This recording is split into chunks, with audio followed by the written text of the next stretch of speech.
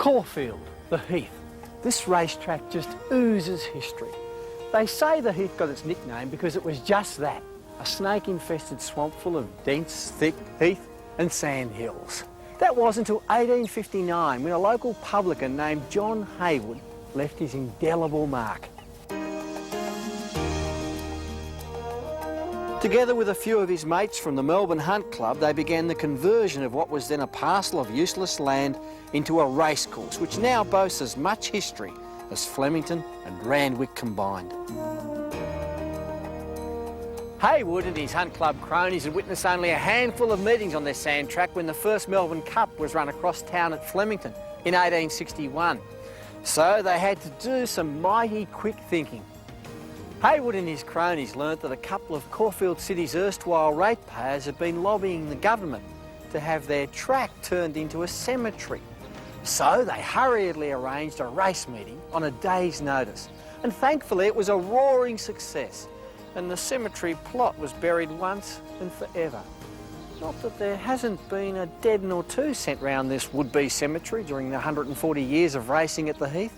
Like Purser, the horse whose cup win in 1924 caused even more of a furore than the celebrated Big Fuloo protest 45 years later. Purser had failed hopelessly in the Coonsey Handicap before bowling them over in the Cup 3 days later, but not before being sensationally backed from 50 to 1 into 15s. Not surprisingly, Purser's owner, jockey, and his trainer, the highly successful Caulfield horseman Cecil Godby, were all called before the stewards to explain Purser's dramatic form reversal. It came as no surprise when each of them copped a year on the sidelines. Just over the back of the track there is where Godby used to prepare his horses, a team which until his suspension included the Great Heroic. And over there, right about where the Sir Rupert Clarke grandstand now sits, is the spot where the old members' stand used to be. Racegoers arrived on Cup morning 1922, the year that Whittier won the first of his 2 cups, to find the stand, the judges' box, the committee room, the steward's room, the secretary's office and the press reserve all razed to the ground. Now, rightly or wrongly, the blame was apportioned to the infamous Squizzy Taylor, Melbourne's most notorious gangster. Around there and up the hill is where the legendary jockey Tommy Corrigan was killed in a fall in the Caulfield Grand National Steeplechase of 1894. Corrigan's original mount, the Flemington Grand National winner Daimio, had been scratched. So the little Irishman, arguably the most popular jockey Australia has ever known, hopped on Waiter, who fell at the fence at the top of the hill near the old milepost. His funeral was the biggest Melbourne has ever witnessed. And right about here is the spot where the late Neville Selwood, yet another of our great jockeys who died in a race fall, gave that mighty 3-year-old Tulic a pat down the shoulder as he rode the champ home to his record-breaking cup win of 1957. Most who saw Tulic that day declare there's never been a greater winner, before or since. Some reckon Tulic could have beaten any horse in the world on that October afternoon, and on times they might just be right. Just over there is where they tried to shoot Far Lap on Derby morning 1930, the year that he was sensationally scratched from a Monas Caulfield Cup. And this here is the rail which every Caulfield Cup jockey craves for. The rail which helped Scobby Brazley to 4 of his record 5 wins in the great race. The rail which made Adelaide jockey John Stalker the toast of the town in '64, when on a colt named Yangi, he became the first rider in the race's long history to lead from go to woe. The rail was his ally again in '76 when he had the crowd in the stands applauding as the field made its way out of the straight. He'd somehow managed to manoeuvre Colin Hayes' mare How Now across to second on the fence from barrier 16. Gold and black in the centre and going very fast out deep on the track is How Now. As they race down the straight the first time, Nawini is the leader, taken on by How Now, which has gone over quickly. So much has happened here at Caulfield since the Cup first kicked off almost a century and a quarter ago. Sure, it's had its tragedies, like Grace Darling's Cup of 1885, when 16 of the 41 runners came down in Australia's worst racetrack disaster. And the Cup of 1946, when 108,000 people crammed into Caulfield expecting to see Burnborough score his 16th win on the trot. only to see the champ struggle home unplaced under his massive weight of 68 kilos, or 10 stone 10 in our language. And there have been controversies aplenty.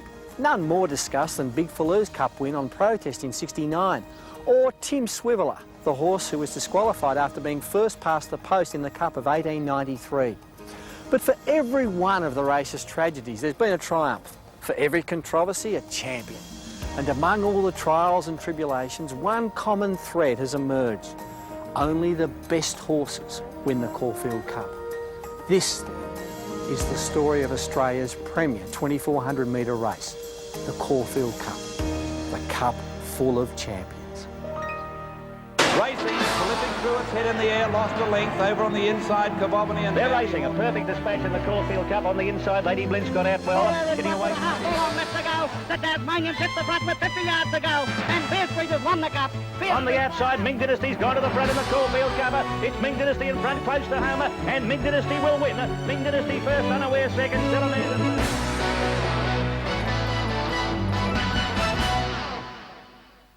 Yeah, all the good horses have won the Caulfield Cup. It's a great race. It's still a great race, and it'll always be a great race. It's a mile and a half, or 2,400 metres, which is the classic distance, if you like.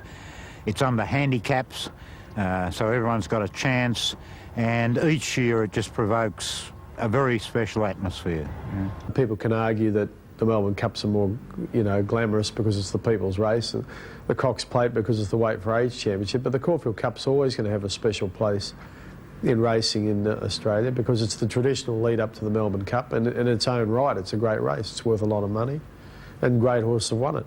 I think the Caulfield Cup is just part of the ritual, part of that wonderful ritual that makes spring racing in Melbourne probably the best anywhere in the world. And if you didn't have the Caulfield Cup in it, it'd be like an elephant without its trunk. You need it. The Caulfield Cup was first run in April 1879, just 4 years after the birth of the Victoria Amateur Turf Club in October of 1875. The inaugural meeting of the VATC was held at Craig's Hotel, the establishment originally owned by the ill-fated publican Walter Craig, who dreamt the famous Melbourne Cup dream of 1870, that his horse Nimblefoot would win the Cup, but that he, unfortunately, would not live to see it. It was obviously the unqualified success and the magnetism that the Melbourne Cup had generated among the Australian public which prompted the VATC's founders, such as Norman Wilson, three-time chairman Herbert Power and Andrew Chirnside, to institute a race which might not only one day match the Melbourne Cup, but maybe eventually upstage the big Flemington 2-miler. The club chose the classic distance of 1.5 miles. Handicap conditions had worked admirably for the VRC's big race, so there was no sense in bucking the system there. And rather than clash with the Melbourne Cup in the spring, the VATC originally opted to run its cup in the autumn. In that first cup field was Tom Kirk, runner-up in the Melbourne Cup the previous spring behind Calmere, and the horse destined to win the second running of the Caulfield Cup when ridden by Richard Walker, who also won the following year on Blue Ribbon. Others in the strong field were Darrywell, who went on to win the Melbourne Cup that spring, and the former brilliant juvenile Newminster, raced by Andrew Chirnside, the Western District grazier who had been a founding member of the VATC. Chirnside had won the 1874 Melbourne Cup with Harricott. He had also triumphed at the VATC's inaugural meeting on March the 24th, 1876 at Dowling Forest near Ballarat, winning the main race, the Victoria Gold Cup, with his grand steeplechaser, Sailor.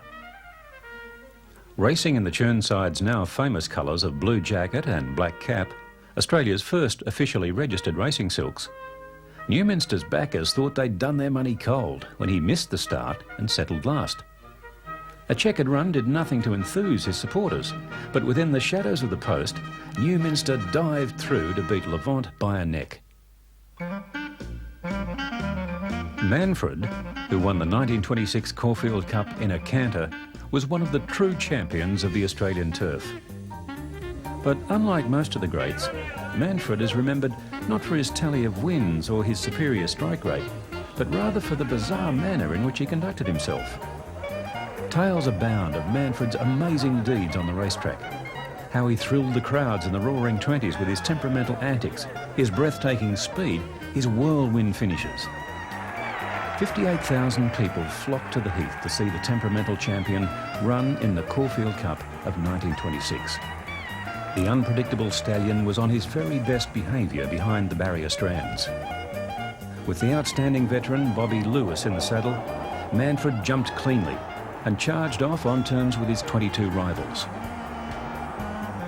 Passing the post the first time, he had settled perfectly in 8th spot along the rails. With 5 furlongs to run, Manfred had moved to 3rd, just behind Bard of Avon and Reron. At the half-mile post, Manfred began to pull, so Lewis gave the stallion his head. He shot him straight to the lead, and only Royal Charter, ridden by Manfred's former partner Billy Duncan, who had sacked the champ because of his bad manners, answered this early break. The banker came from well back with a strong run in the straight, but after summing up the situation with this cheeky peep over his shoulder, Lewis eased the mighty Manfred to a canter and coasted home to win by a half length. Manfred, who set a weight-carrying record for the Cup that day of 9 stone 6, made it 4 wins on the trot in the Melbourne Stakes, the race we now know as the McKinnon Stakes, but was then forced to miss the Melbourne Cup with an injury. He went to the barrier in just 2 more races the following autumn, but refused point blank to participate. He was retired as a 4-year-old to South Australia, where he enjoyed considerable success, siring Mildura, winner of 2 Doncaster handicaps and a Newmarket, and top performers Red Manfred, Man Olive and Manrico. But by far Manfred's best runner was the Trump, who went one better than his sire by becoming only the 2nd horse to win the Caulfield and Melbourne Cup double in 1937. The Trump also rewrote the record books by being the first horse to win the Tulic handicap Caulfield Melbourne Cup treble. In 1883, the year that Kelmere won the Caulfield Cup for Carbine's owner Douglas Wallace and his regular rider Mick O'Brien, the largest field ever assembled on an Australian racecourse took part in a race at Caulfield. 42 starters, a record that still stands today. 2 years later, though, Caulfield's capacity for large fields was to backfire when 41 contested the Caulfield Cup. The 1885 Cup attracted a record crowd of 20,000, and with George Watson, the prince of starters, missing from the action for the first time since the race began 6 years earlier, his son Thomas flagged the horses on their way after a series of false starts. All went smoothly until the field charged down the hill approaching the home turn. 2 simultaneous but unrelated incidents combined to bring almost half the field down in what to this day remains as Australia's worst racetrack disaster. In all, 16 of the 41 runners fell. Dead, unconscious or struggling horses and their riders were strewn across the track. Spectators jumped the fence to lend a hand to the casualties, particularly 4 motionless jockeys. One of the great riders of the day, Sam Cracknell, survived his fall from the outsider kingship. However, Donald Nicholson, the Scottish-born Sydney lightweight, who had won an unprecedented 5 successive Epsom handicaps from 1880 to 1884, died while being carried from the track, his skull crushed like an eggshell when catapulted out of Lord Exeter's saddle. Nicholson was 24. The race went to Grace Darling, only the 2nd of 19 female Caulfield Cup winners. 1898, the year Hymettus won the first of his 2 Caulfield Cups, did little to improve the Cup's safety record. 7 horses came down, including the 1897 Epsom handicap winner Robin Hood. His rider, James Flanagan, the son of the horse's trainer and a lad just short of his 14th birthday, was killed. The winner of the 1898 Cup, Hymettus, prepared by the Mayor of Dandenong, 3-time Cup winner Phil Haywood, went on to become only the 2nd dual Caulfield Cup winner in 1901. While those early deaths were obviously a cause of great sorrow, another Caulfield Cup, the one in 1946, is regarded by many as the most tragic of all. It was the year of Burnborough's shock loss to Royal Gem. himself an outstanding racehorse who eventually joined Bernborough at stud in America. It was a defeat which brought to an end the champion's almost unprecedented winning streak. Bernborough had won 15 races straight and was within reach of Gloaming and Desert Gold's Australasian record of 19 after this effortless win over Columnist in the Caulfield Stakes a week before the Cup. No larger crowd has ever squeezed into the Heath than on that afternoon when 108,213 people packed the course in expectation of cheering the champ home. With 10 stone 10 on his back, Bernborough was asked to better Amonis's Caulfield Cup weight-carrying record by a massive 16 pounds. Beginning slowly, Bernborough suffered early interference, and as the field of 27 runners thundered down the Caulfield Straight, the Toowoomba Tornado was back near last. From so far back, Mully, it could be said, set Bernborough an almost impossible task under such a weight. But as the field entered the home straight, he was, as they say, close enough if good enough. Bernborough finished a valiant 5th behind Royal Gem, who came again on the rails to hold out Columnist. It was the worst day in Mully's long and eventful career. Not only the crowd were baying for his blood. Harry Plant, Bernborough's trainer and Mully's good friend, even accused the jockey of pulling the champion up. The tragedy of Bernborough's Cup loss was compounded at his next start, when, with new jockey Billy Briscoe in the saddle, the champion broke a sesamoid bone in the McKinnon Stakes and never raced again. 2 years later, in 1948, in what those at the VATC would argue was his crowning glory, Briscoe won the Caulfield Cup on Red Fury. Who was Australia's greatest racehorse? Most polls give the nod to Phar Lap by a big margin, and for obvious reasons. And when a runner-up for the title is put forward, it's usually one of the great trio, Tulic, Carbine or Bernborough. But what about Poseidon, the first of only 2 horses ever to win successive Caulfield Cups, and the first of only 9 horses to win the Caulfield Melbourne Cup double in the 120-odd years they've been run in tandem? His extraordinary sequence of 11 wins and 3 seconds from 14 starts at 3 has never been equalled. He's the only horse whose classic season compares with Tulic. Or should that be, Tulic is the only horse who has ever come close to what Poseidon achieved in the 1906-07 season. Poseidon is the only horse to win both the Caulfield and Melbourne Cups as a 3-year-old. And until Rising Fast arrived in the 1950s, he was the only horse able to add a second Caulfield Cup the following year. Should Poseidon be rated as one of, if not the best racehorse to race in Australia? You be the judge.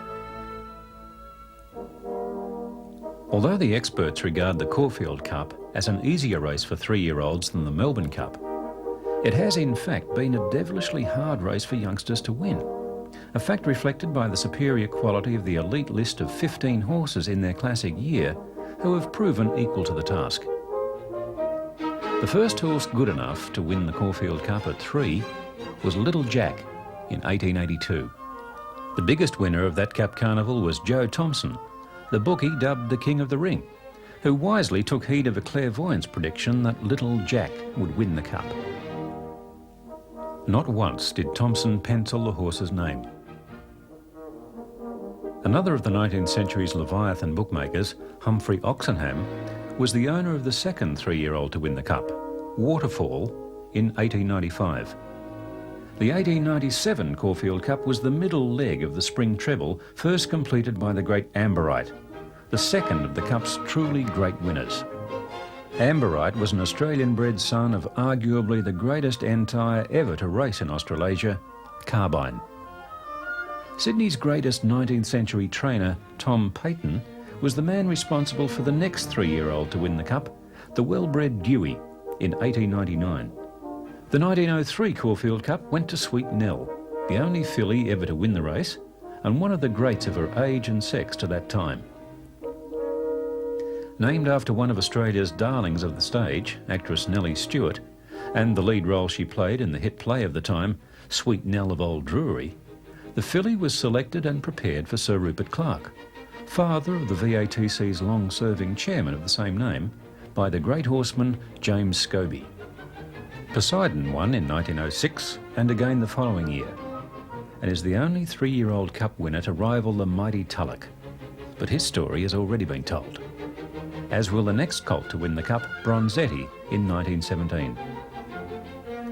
Woorak's great son Whittier won the first of his 2 Cups at 3 in 1922, 13 years before the next colt to salute.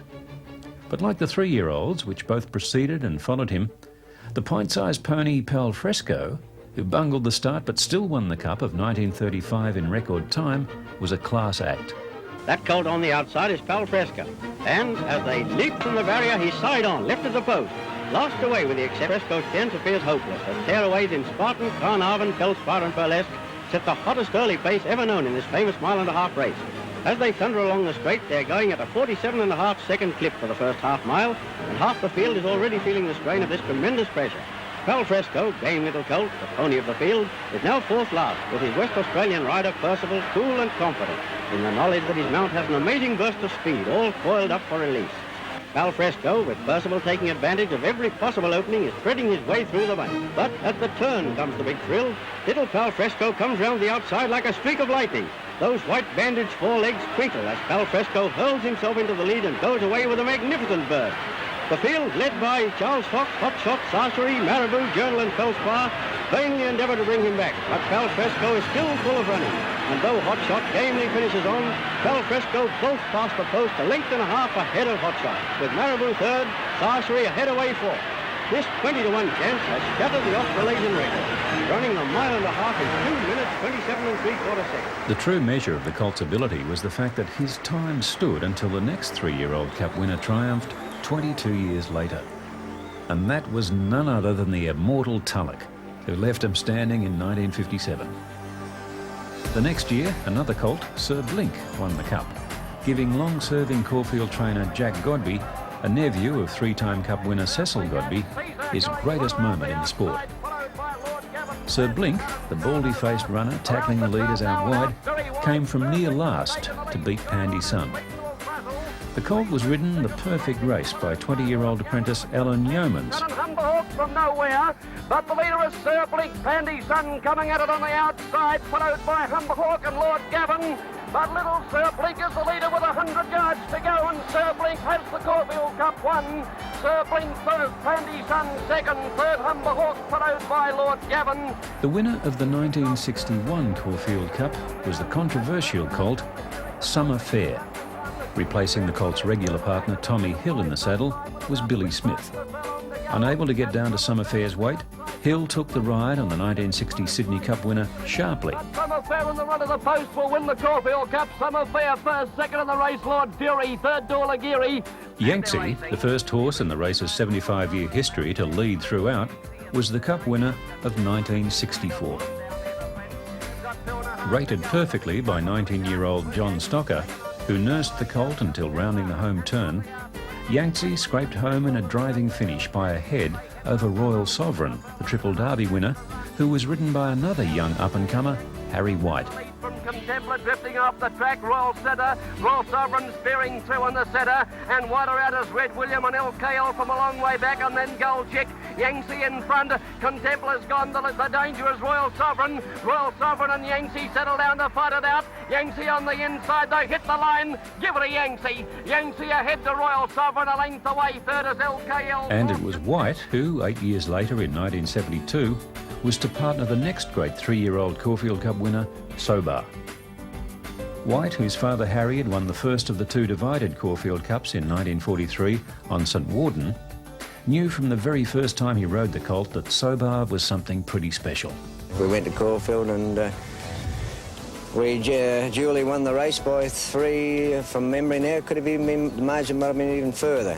I know he ran a smart time and it was a great, really good win, you know. And straight away I knew that we had a horse above average.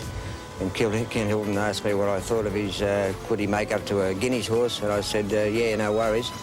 So he immediately spelled him and with that in mind, and concentrated on bringing him back for later. I got over the hill about the 1,000 there in the Caulfield Cup, and there were stormy seas in it, guns then. It was a really good year that year. And down to the 800 game, he was just wanting to get on with the race, and I just had to let him stride. And I can still remember Bill Collins saying, and here he goes wide, he's taken off on Sobar, and he just dashed around the field and straightened up with a lead of 3 or 4 lengths, and nothing made any ground on him. He just run him in. They were tired chasing him. Good horses too, they were. They just were tired chasing him. He was an absolute freak horse. At the 700, it's Sobar by 2 lengths to Lord Nelson.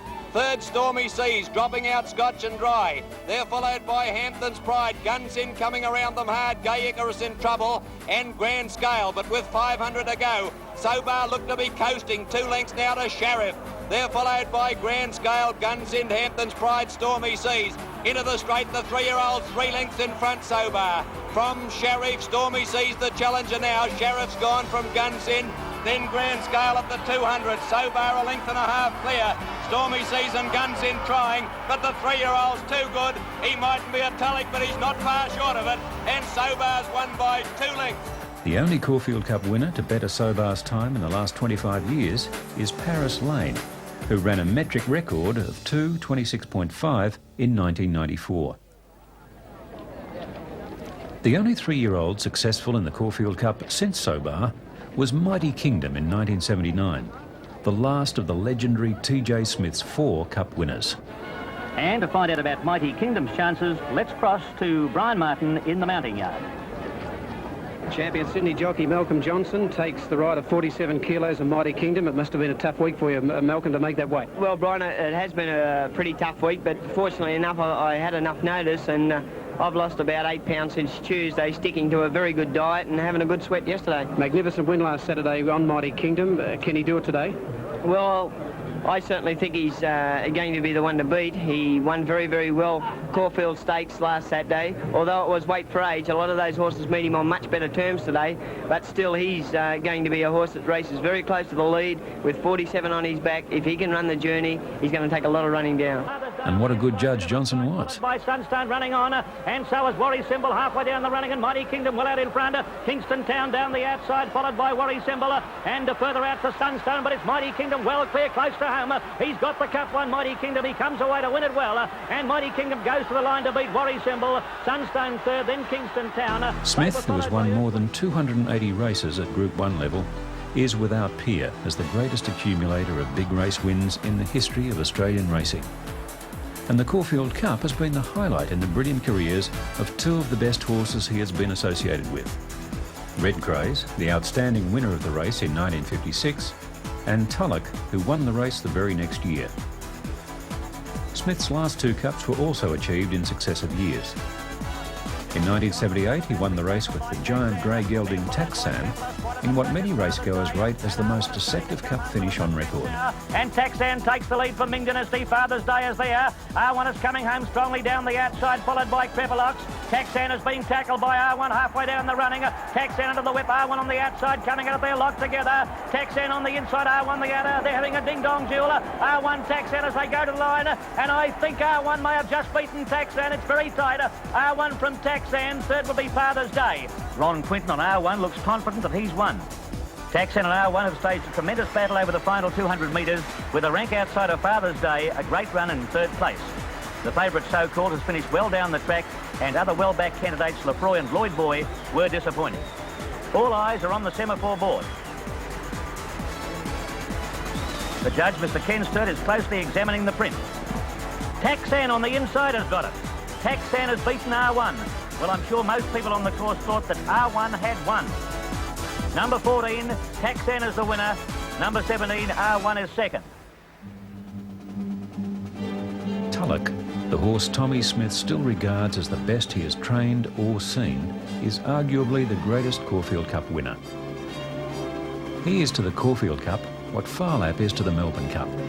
And along with Burnborough and Carbine, he's still the only horse ever mentioned in the same breath as the immortal Big Red. And this is why. 73,000 enthusiasts await the running of the 1957 Caulfield Cup with Tulic odds-on favourite.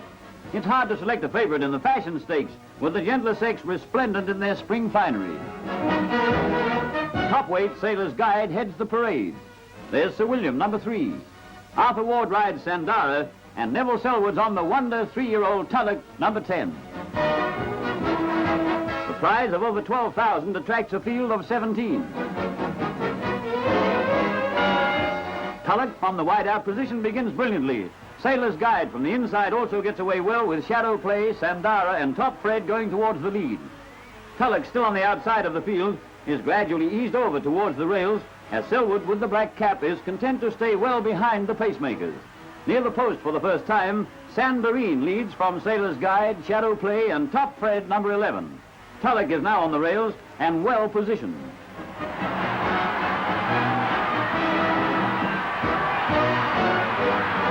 The huge crowd sense a great finish as Max Amber is challenged by Sailor's Guide at the top of the straight. Tulic commences a move from 5th position. Max Amber is in front near the furlong, but the magnificent Tulic passes him easily.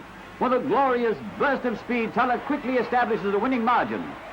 Tulic's time for the 12 furlongs journey shatters a 22-year-old record and is the second fastest time ever in the world for the distance. Tulic increases his stake winnings to over £40,000 and gives Selwood his 3rd Caulfield Cup success. Hailed as the century's greatest 3-year-old, Tulic may race in America next year and emulate the deeds of the mighty Far Left. The man in the saddle on that memorable October afternoon in 1957 was the great Neville Selwood, one of only 5 jockeys to have ridden 3 or more Caulfield Cup winners. The second leg of his Caulfield Cup treble came in 1951. That was the year of the Queenslanders, with Basha Falika and Blue Vest, both sons of the Buzzard, fighting out the race with Selwood and fellow Queenslander Noel McGrady in the saddles. Basha Falika's sire, the Buzzard, who once held the world 1.5 mile record that Selwood went so close to breaking in the 57 Caulfield Cup, had also sired the 1938 Caulfield Cup winner. In another total triumph for Queensland, Buzz Along defied all comers.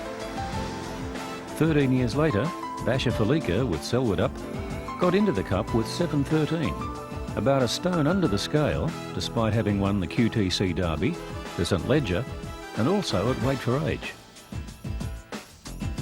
Ironically, it was exactly the same weight carried by Grey Boots, Selwood's first Cup winner of 1950. Grey Boots thrashed a classy Doncaster handicap field in the autumn of 1950. After winning the Doncaster, Grey Boots also won the Tulic handicap, thus becoming only the 5th of 9 horses to win the Tulic Caulfield Cup double. A further 18 years passed before another grey was successful in a Caulfield Cup, that being the imported English galloper Bunratty Castle in 1968. In the saddle on Cup Day was Mick Malyon, who'd only just resumed riding after a 2-year disqualification. And as Yangi had done 4 years earlier, Bunratty Castle led his rivals a merry chase. This pair are still the only horses ever to lead throughout to win the Cup. The most recent grey to win the Cup, and the 9th and last horse to land the Tulic handicap Caulfield Cup double, was the Greg Mance-trained Coal Diesel. A gelding with a paralysing finishing burst, Coal Diesel gave the favourite Nairisi Winburn, and the Queensland rider Michael Kerr the thrill of his riding career, as he rounded up his rivals to score brilliantly in 1989. Out very wide, Apollo Run and Coal Diesel the widest when they set sail for home. Cosine led Dr. Grayson Citizen on the outside. Then the Phantom followed by Stirring, and look at Coal Diesel coming home now down the outside. The Phantom and Coal Diesel reach the lead now from Apollo Run. Fighting back Dr. Grayson's Coal Diesel on the outside. Nairisi bursting through, but Coal Diesel will win the Caulfield Cup by a long neck to Nairisi, and third is the Phantom just in front of Apollo Run. In 1977, Ming Dynasty, arguably Australia's best ever grey stayer, won the first of his 2 Caulfield Cups. Harry White, who partnered Soar to win the Cup of 1972, was aboard the 4-year-old for this, the 100th running of the great race. and the next is Golden Black as they round the turn. Impella being tackled for the lead now by Unaware, moving up on the outside, and shortly afterwards Unaware's dash to the front. 400 to go, Unaware the leader. Impella on the inside is battling on well. Ming Dynasty running on well also. They're followed by Vice Regal, behind them Family of Man. Well in the stretch, Unaware by 2 lengths. Impella coming down the outside. Ming Dynasty followed by Family of Man, and Salamander from a long way back coming down to the 200. Unaware in charge, about to be tackled by Ming Dynasty. Then Family of Man followed further back by Salamander and Impella. On the outside, Ming Dynasty's gone to the front in the Caulfield Cup. It's Ming Dynasty in front, close to home, and Ming Dynasty will win. Ming Dynasty first, Unaware second, Salamander third. He returned to win the Cup 3 years later as a 7-year-old. Back along the inside, Cosmic Planet, and further back to Hyperno making his run. My Brown Jug is next, and further back to Brick Print as they make the home turn. Ming Dynasty on the inside, tackled by Brindisi Amala. Just behind them, Kingston Town. Into the straight they travel now, and here comes Kingston Town, the favourite with a rattling run. He's setting out in pursuit of Ming Dynasty. As they straighten up, Ming Dynasty is clear of Kingston Town. Amala battling on well, and down the outside, Hyperno followed by Brindisi. And Yashmak has come from a long way back with Ming Dynasty as well clear. 200 to go, Ming Dynasty about 3 lengths. Second is Kingston Town. Hyperno coming home well, but Ming Dynasty has got a shot a bit close to home, and the Gallant Jay is going to win his second Caulfield Cup. Ming Dynasty first, second home is Hyperno, third Kingston Town. The year after Ming Dynasty's second Cup win, another outsider and the fourth grey Caulfield Cup winner in 5 years was successful. About 350 metres left to go, and on the outside, No Peer takes the lead from Flashing Light. No Peer's in front, coming down with 200 metres left to go. Brewery Boy coming home well. Silver Bounty coming from a long way back. It's No Peer in front. Silver Bounty's the danger. Silver Bounty on the outside, joining No Peer, who's battling on well, but Silver Bounty takes the lead, and Silver Bounty's won the Cup, I think, from No Peer. Third is Dick the Horse, followed by Flash. In the saddle that day was Midge Didham, a jockey who must surely rate grey as his favourite colour. Didham won the 1970 Melbourne Cup on the grey Kiwi Baghdad note, and won the first of his 2 Caulfield Cups on Ming Dynasty. Ming Dynasty was the last of the 7 great stayers who have won the Caulfield Cup on 2 occasions. The first of the dual cup winners was Paris, a horse who also takes pride of place as the first true champion to win the race. Paris was an outstanding performer in the decade before the turn of the century, winning a major feature handicap each year between 1891 and 1894. At 3, he won the Doncaster. Then as a 5-year-old in 1892, he won the Caulfield Cup. Next came the Metropolitan of 1893, and in 1894 he returned to the Heath to win a 2nd Caulfield Cup. Hymettus, the second to achieve the feat, was a horse never far from the headlines. His 2 Caulfield Cup wins straddled the turn of the century. The first coming in the tragic race of 1898, when the youngster James Flanagan was killed in a 7-horse fall, and the second was in 1901 by a half-head in record time at the expense of the greatest mare never to win a Caulfield Cup, Wakeful. The great Poseidon, who claimed the race in 1906 and again in 1907, still shares the distinction of being the only horse alongside Rising Fast to win the race in successive years. Uncle Sam, the first of only 9 horses to complete the Toorak Handicap Caulfield Cup double in 1912, was the 4th horse to win 2 cups in 1914, thus keeping up the strike rate of at least 1 dual cup winner per decade. And this remarkable run was to continue in the 1920s, when Whittier scored in 1922 and 1925. In a break from tradition, it took 3 decades before Rising Fast recorded the next cup double in 1954. Then another 3 before Ming Dynasty joined the elite list by winning the 1980 Cup. Wearing the number 3 saddlecloth and trailing the current and future Australian Horses of the Year, Kingston Town and Hyperno from the mounting yard, old Ming wasn't expected to trouble the big guns that year. The gelding had been a long time out of the limelight, hence his price of 50 to 1, but won his 2nd Cup like an odds-on favourite, scoring brilliantly from the star-studded lineup.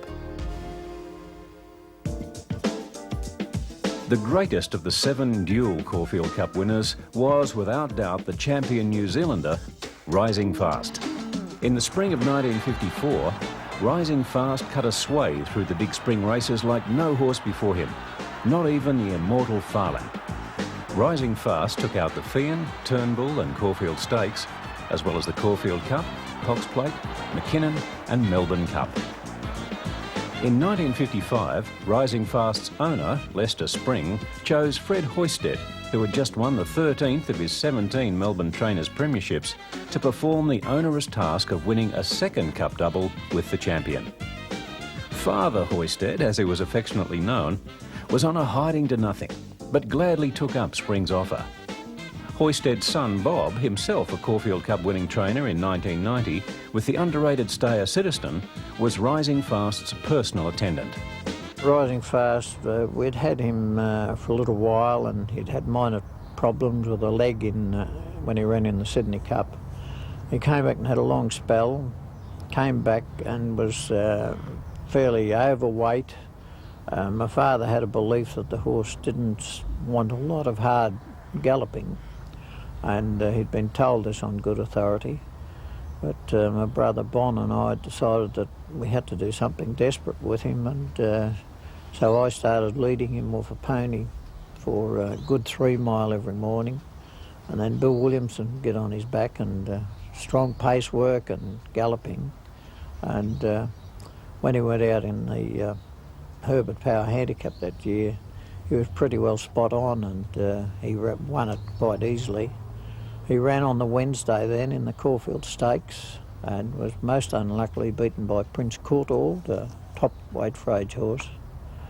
On the Saturday, Bon and I were walking up the race with him for the race. I was Rising's personal attendant, slept and everything else with him. And Maurice McCartan bailed us up, and what do you think, boys? Oh, we think the horse will win, Mr. McCartan. Oh, no, don't be silly, boys. He can't win with that weight. It's far too much. He cannot possibly win.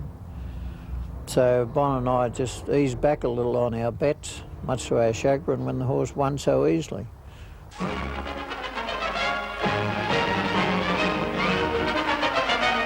The 1955 Caulfield Cup first leg of Melbourne's Big Spring Double draws a near-record crowd despite overnight rain, and main interest is in New Zealander Rising Fast, last year's winner. Yes, ladies, there are others in the race, but this one's a champion of champions. He's back down from 12s to 11 to 2, despite his big weight and the fact that he'll start near the outside of the field of 20. Here's the field on its way to the post with Electro and Maniano ruling favourites. And they're racing in the Caulfield Cup with Maniana jumping smartly from an inside alley and the Orb looking for the early lead. Tranquil Sun's well up with Townsville and Electro, with Rising Fast crossing over to the rails near the rear of the field. At the back of the course, the Orb still in front with a Bow and Townsville next. Maniana is moving up and Rising Fast well back. Rounding the bend, it's the Orb from Maniana, then El Cruiser, Sailor's Guide, Townsville and Rising Fast, who's gathering them in with every stride. Historic Era starting to come home well too, and Connor's making a late run. In the straight, Maniana is done with, but watch Rising Fast. The mighty New Zealander leaves them for dead, humping his 9-10 as if it's a feather. He's going away with every stride. Williamson riding him out with hands and heels. Grey Ribbon finishes well into second place, Historic Era third, but it's Rising Fast Caulfield Cup, his second in succession, and it's a win that deserves and gets one of the greatest ovations that Caulfield's ever seen. Winner of the 2 Cup double last year, Rising Fast a second to none chance again. A real triumph for a turf star that's created a weight-carrying record in this magnificent win. Rising Fast, another New Zealand champion whose list of victories is still Rising Fast. Dick Bradfield holds a special place in Caulfield Cup history, and indeed in the annals of Australian racing. In a career lasting some 6 decades, the Bendigo-born horseman established several long-standing training records, one which still stands unchallenged today. A year after becoming only the second trainer to win the Caulfield Cup Melbourne Cup double with the imported King Offer and Wakeful's son Nightwatch, the third of his 4 Melbourne Cup winners, Bradfield achieved what no other Australian trainer has ever managed by leading in the first 3 place-getters in one of this country's top handful of races. With his English stallion Lucknow, his Melbourne Cup winner of the previous year Nightwatch, and Chrome, Bradfield prepared the only Caulfield Cup trifecta ever recorded. Contrary to recent history, the Caulfield Cup, and not its Flemington counterpart, has a significantly greater link with Northern Hemisphere bred horses. The English invasion, which came about because of ridiculously low prices being sought for quality horses due to wartime restrictions on racing in England, began in earnest in 1912, when the 9-2 favourite, the English-bred Dorus, finished 4th to Uncle Sam. The first Northern Hemisphere-bred winner came 3 years later. Lavendo, a horse foaled in England and with a 16-year-old named Frank Dempsey in the saddle, beat two fellow English breds, William the Silent and Cyclone, the sire of Melbourne Cup winner Tri-Valve and the dam of another Melbourne Cup winner, Hallmark. 3 days before the 1915 Caulfield Cup, the White Star liner Persic had discharged another 25 English horses at Port Melbourne. The shipment included Shepherd King. Shepherd King gave Caulfield trainer Charles Wheeler his Caulfield Cup to go with the two Melbourne equivalents he'd won with the Parisian and Petrobus.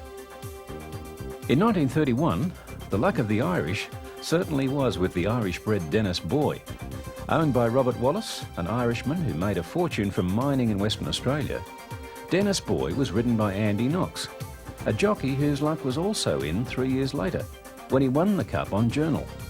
In 1930, Apprentice had to contend with just 10 rivals, the smallest cup field ever, after the best horses were scared off by Phar-Lap's original inclusion in the nominations. An outstanding horse in his own right, Apprentice is probably best remembered as the horse coupled with Phar-Lap by the connections of both horses in the biggest Cups double result in history. Bookmakers lost more than £200,000 on the double.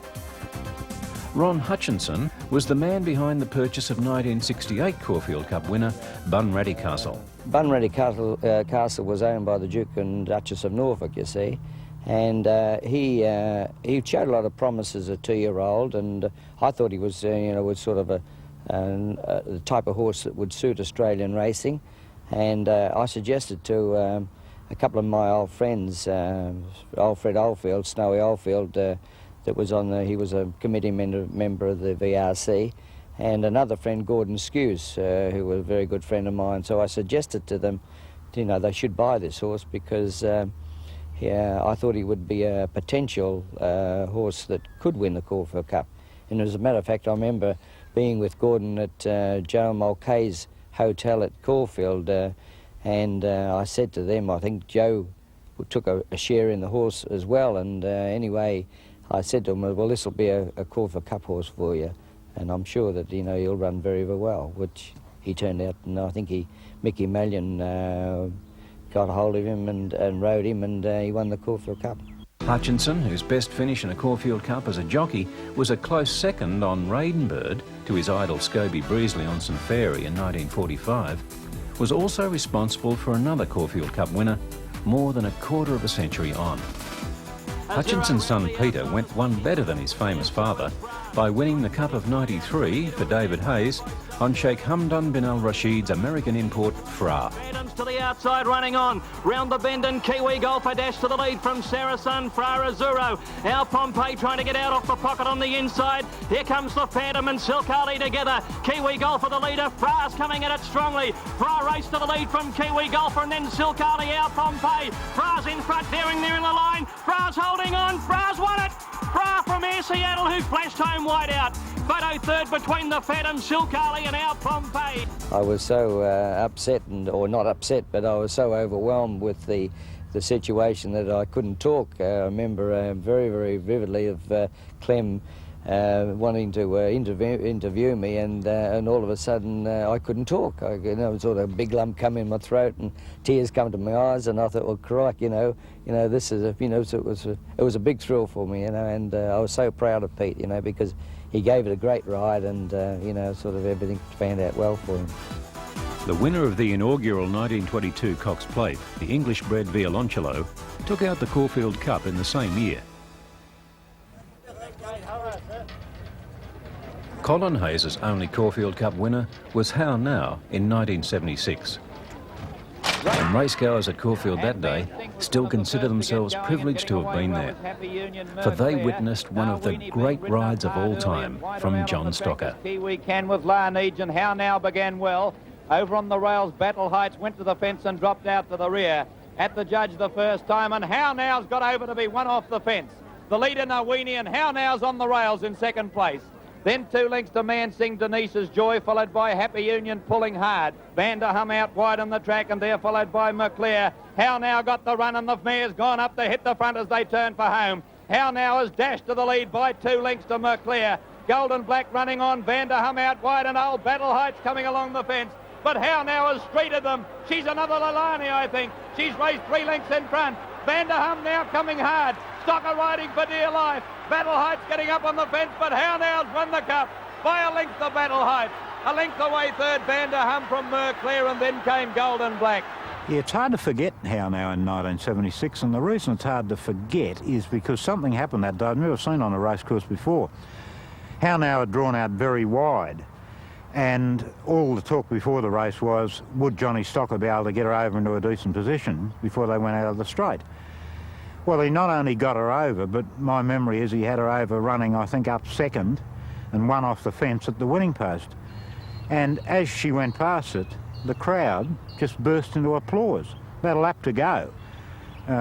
It wasn't the finish, but you'd think it was, and they clapped him for that ride to get her over. And of course, from there, he just kept her in a perfect position. When he felt like it, she let go and she won well.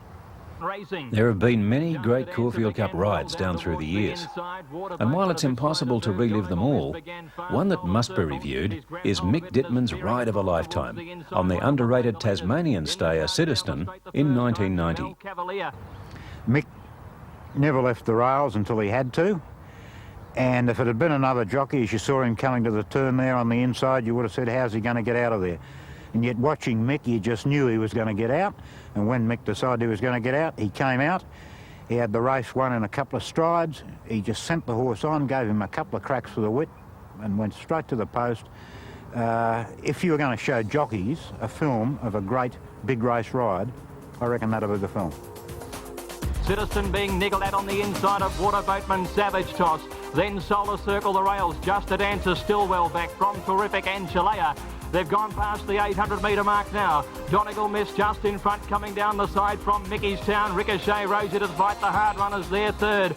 Then Ray's Hope, followed by Chevelle Cavalier. Liverstone Lane dropping out. Citizen getting up on the inside, and then Rough Habit. Solar Circle following Citizen through on the rails. Then Savage Toss, Shazora well back, coming to the home turn. And so is Just a Dancer, pulled out wide for his run. On the turn, and Donegal Mist and Mickey's Town come round the bend and turn together in front of Chevelle Cavalier. Citizen getting up on the inside, about to come out after them now. It's Mickey's Town and Donegal Mist, grabbed by Citizen. Dittman wields the whip and Citizen answers brilliantly. He sprints and gets away. Citizen by 2, Donegal Mist. Waterboatman finishing well, but it's Citizen's Caulfield Cup. 2 lengths in front and Citizen wins it. Citizen by 2 lengths, Waterboatman second. Photo third, Shazora the outside and Donegal Mist. Although only 5 apprentices have won the Caulfield Cup in the past 50 years, the race has been as kind to young riders as it has to young horses since its inception. The first Cup-winning youngster, identified from the sketchy 19th century Cup reports, was a boy named Gorry, a brash young fellow who won the race in 1887 on Oakley with 6 stone 9, the lightest weight ever carried to victory in the race. The next young rider to win the Cup was a boy named Delaney on the 33-to-1 chance Waterfall in 1895. By far the most amazing performance by any apprentice in the race's history was the gifted Frank Dempsey, who won 3 Cups in 6 years, the first as a 16-year-old and only a year into his career. Dempsey partnered Lavendo, the first of a series of English-bred winners in 1915. The season he was to win the first of 5 Melbourne Riders' Premierships, 4 as an apprentice. Dempsey won the Cup again 2 years later on the colt Bronzetti. The ride, wrote the press of the day, belied the young man's tender age of 18. Dempsey weighed out at an elfin 6:13, and it was his ride, rather than Bronzetti's ability, that won the Cup for the Sydney connections of this poorly performed horse. Dempsey kept Bronzetti, the 6-to-1 favourite on the strength of a fast-finishing second in the Caulfield Guineas, back midfield early, while Ramon held a 4-length lead over Mystico. He made his forward move coming down the railway side, but stayed put on the rail and took full advantage of the leaders, including the likely winner Chrome, who was carted wide on the home turn. In the run to the winning post, Dempsey stole enough ground through on the inside to get home by a neck from the Dick Bradfield trained Chrome, who 2 years later finished third in the Cup behind his stablemates Lucknow and Nightwatch. The brilliant winning ride on Bronzetti helped establish Dempsey as Melbourne's undisputed premier jockey. Shortly after coming out of his time in 1920, Dempsey became the first jockey ever to win 3 Caulfield Cups, when he partnered Sir Ernest Lee Steer's great champion Eurythmic to the easiest of wins. E.W. Simmons won the 1922 Caulfield Cup as a 19-year-old on Whittier, and again the following year on his master Harry Torr's mare, Winnet. It was 18 years before another apprentice got his hands on the Cup. The year was 1941, and a teenager named Jack Purtell was aboard Velocity in the second of the wartime Caulfield Cups run at Flemington. 70,000 people, a record, are eager to see how the horses fare in the much-discussed short run to the first turn, only half a furlong from the start. Some say the horses on the outside haven't a chance. Well, we'll see. They're off, and Velocity on the rails is easily best away. Lucrative in the centre is next. And as they run to the turn, Beau Vite, that one in the spots, is hopelessly tailed off. Those critics were right. Into the straight, Rimvale with the white face leads, but Velocity, still hugging those rails, is pressing him. Reading racing for American film magnate Louis B. Mayer for the first time is between them. And making a great effort is Evergreen, that near black on the outside. As the camera slows them down with a furlong to go, you see what a great battle it is. Velocity and Reading, the pair on the rails, are finishing too strongly for Rimvale, and Evergreen has raced on to third placing. Velocity's inside position is proving its value. Reading just can't pass him. Apprentice riders Purtell and Thompson are fighting out a dramatic finish, but Velocity wins ahead from Reading. Evergreen is next and Rimvale a game fourth. Phew, Velocity, you've swept the punters off their feet. 8 years later, a Kiwi lad named Noel Eastwood won the Cup on the lightweight chance Lincoln, carrying 6 stone 10. The next 2 winning apprentices were Alan Yeomans, who won from well back on Sir Blink in 1958, and John Stocker, who led all the way on Yangtze in 1964. Damien Oliver was the next apprentice to win the race some 28 years later on Mannerism. And so to 1996. It's not one of the vintage Caulfield Cups by any means, but what Arctic Scent's win will be best remembered for, apart from the fact that it was perhaps the only ray of sunshine in a season clouded in controversy for her breeder and owner David Moody, is the outstanding ride of Brent Stanley. They've got about 700 metres to go. Crying Game by 3/4 to Iron Horse, a length and a half away, Circles of Gold. 3 lengths further back, here come the runs now, with the Doremus making his run around the outside with Hula Flight. Arctic Centre saving ground, getting up on the inside, and then came Love Dance and a gap further back to Nothing Like a Dane. Crying Game, Iron Horse are tackled by Circles of Gold at the straight. Arctic Scent getting up on the inside, looking for an out, and a gap to Doremus at the 200. It's Iron Horse, Circles of Gold. Arctic Scent trying to get a run through. It's Circles of Gold and Iron Horse from Arctic Centre, then Doremus, he's closing. It's Circles of Gold, Arctic Scent getting up on the inside. Arctic Scent getting up to Circles of Gold. Arctic Scent draws away, Arctic Scent by a length, Circles of Gold. Iron Horse held on to third, Doremus ahead away fourth. A gap Sally's Crying Game, followed by Love Dance, Valance, and then came Nothing Like a Dane, followed by the Phantom Chance. Stanley, a 17-year-old from Canberra, had only just arrived in Melbourne when his new master, Gerald Ryan, handed in his licence after allegations of sexual misconduct. But Moody, the principal of Hobson Lodge Stables, successfully argued to have Stanley's indentures transferred to him in an unprecedented move for an owner, and guided the youngster to a memorable win. Stephen King, Melbourne's premier rider of 1996-97, gained his first big break as a senior rider less than a year after completing his time.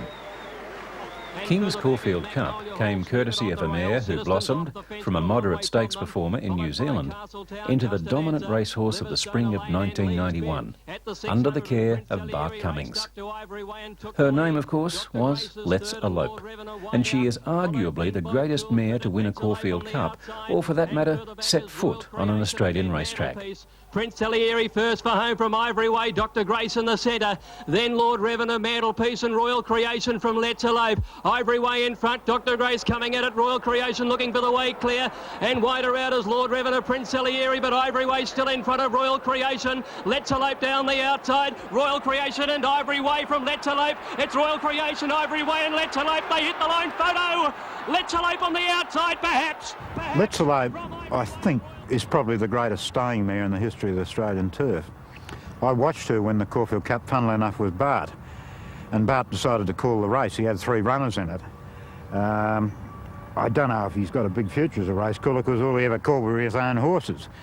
But he's a great judge, because down the side, Let's Elope was still well back. But you could see he was pleased, and he was saying he was pleased, and he said, she's out of trouble, that's where I want her, that's where I want her. And she only won the last couple of strides, but he picked it right all the way. He wanted her to be out wide on a big stride, rolling. She was doing that. And it was one of the more interesting race calls, put it that way. The first Kiwi to run in the Caulfield Cup was Sir Modred, and also ran in Kalmia's Cup of 1883. The first New Zealand bred to win the Caulfield Cup was John Wren's controversial horse, Murmur, in 1904.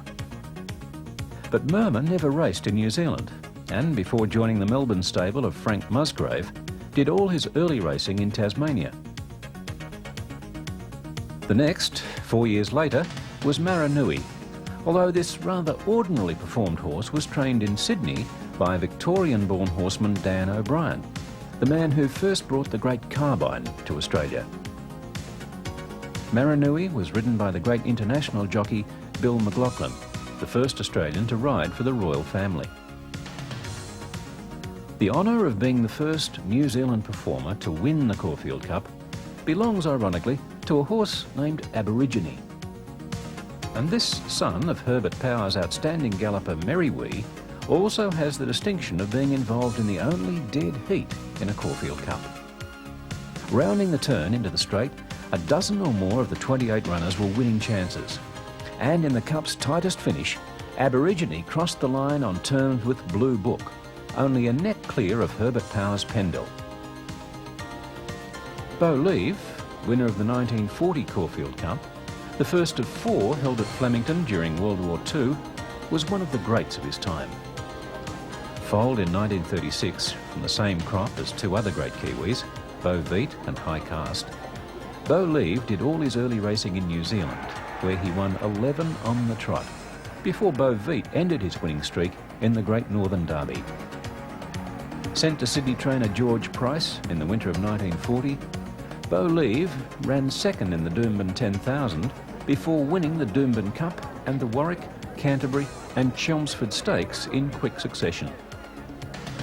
After failures in the Epsom and Metropolitan behind his crop mates High Cast and Bo Veet, Price surprised the racing world by starting Bo Leave in what many to this day still consider perhaps the finest field ever to contest the Caulfield Cup. With Arthur Dewhurst saving every inch of ground, Bo Leave fell in by a head from the lightweight Gladenev, ridden by a young apprentice named Neville Selwood. Scobby Brazley on Historian was third. Bo Leave was one of 5 runners that year to carry 9 stone or more, the others being the Epsom winner High Cast, 1939 Caulfield Cup runner-up Maikai, Newmarket winner El Galea, and outstanding 3-year-old and subsequent Caulfield Cup runner-up Redding. The first of the true New Zealand Raiders to win the Cup was My Hero in 1953, the year that Caulfield played host to the future President of the United States, Richard Nixon. Seen here with the future Prime Minister of Australia, Harold Holt. A strong field included new Australian mile record holder Silver Phantom, ridden by Neville Selwood, searching for his 3rd Cup win in 4 years, and Jack Purtell on Wadella. To possibly a brilliant start with on the inside Jovial Lad ridden out of the barrier with a whip to hold his position from Petrograd, and Silver Phantom jumped away well with Top Level. Out wide going fast with St Joel to get into a good position in the early stages with Most Regal and Bogranders going around the field. They're followed by Callide River, and crossing over from the outside was Euphrates, followed by the Dentist and then by Tack, followed by... Here comes My Hero with devastating strides, and Wadella there too. A half furlong to go. Jovial Lad beaten off. It's Most Regal fighting it out with My Hero and Wadella. My Hero and Wadella go straight for straight in the Caulfield Cup, but My Hero's won it. My Hero first by a hit to Wadella. Third... My Hero was ridden by the brilliant Kiwi lightweight Noel Eastwood, whose only previous ride in the Cup was as a 19-year-old in 1949, when he won the race on Lincoln for Lou Robertson. New Zealand breds won 7 Cups in the 50s and began the 60s on a winning note too. The 1960 winner was Elope, trained by the legendary Maori horseman Eric Rofier. Back to win £100,000 in the Cup's double, Elope's chances seemed forlorn when he injured a hock just days before the Caulfield Cup. But in a remarkable training triumph, Rofier got the horse to the post after spending 3 days tending to the gelding. Dorlagiri just the leader now from Webster, tackled by Waipari on the outside, and here's Elope putting in a rattling run, and they're followed by Welsh bent down to the furlong pole, and the New Zealander Elope has raced up on the outside to take the lead, and with a half furlong to run you can put away your glasses. Elope ridden right out by Williamson is striding away to win it very easily. Second Dorlagiri. Elope was Melbourne's 6-time Premier rider Bill Williamson's second Caulfield Cup win.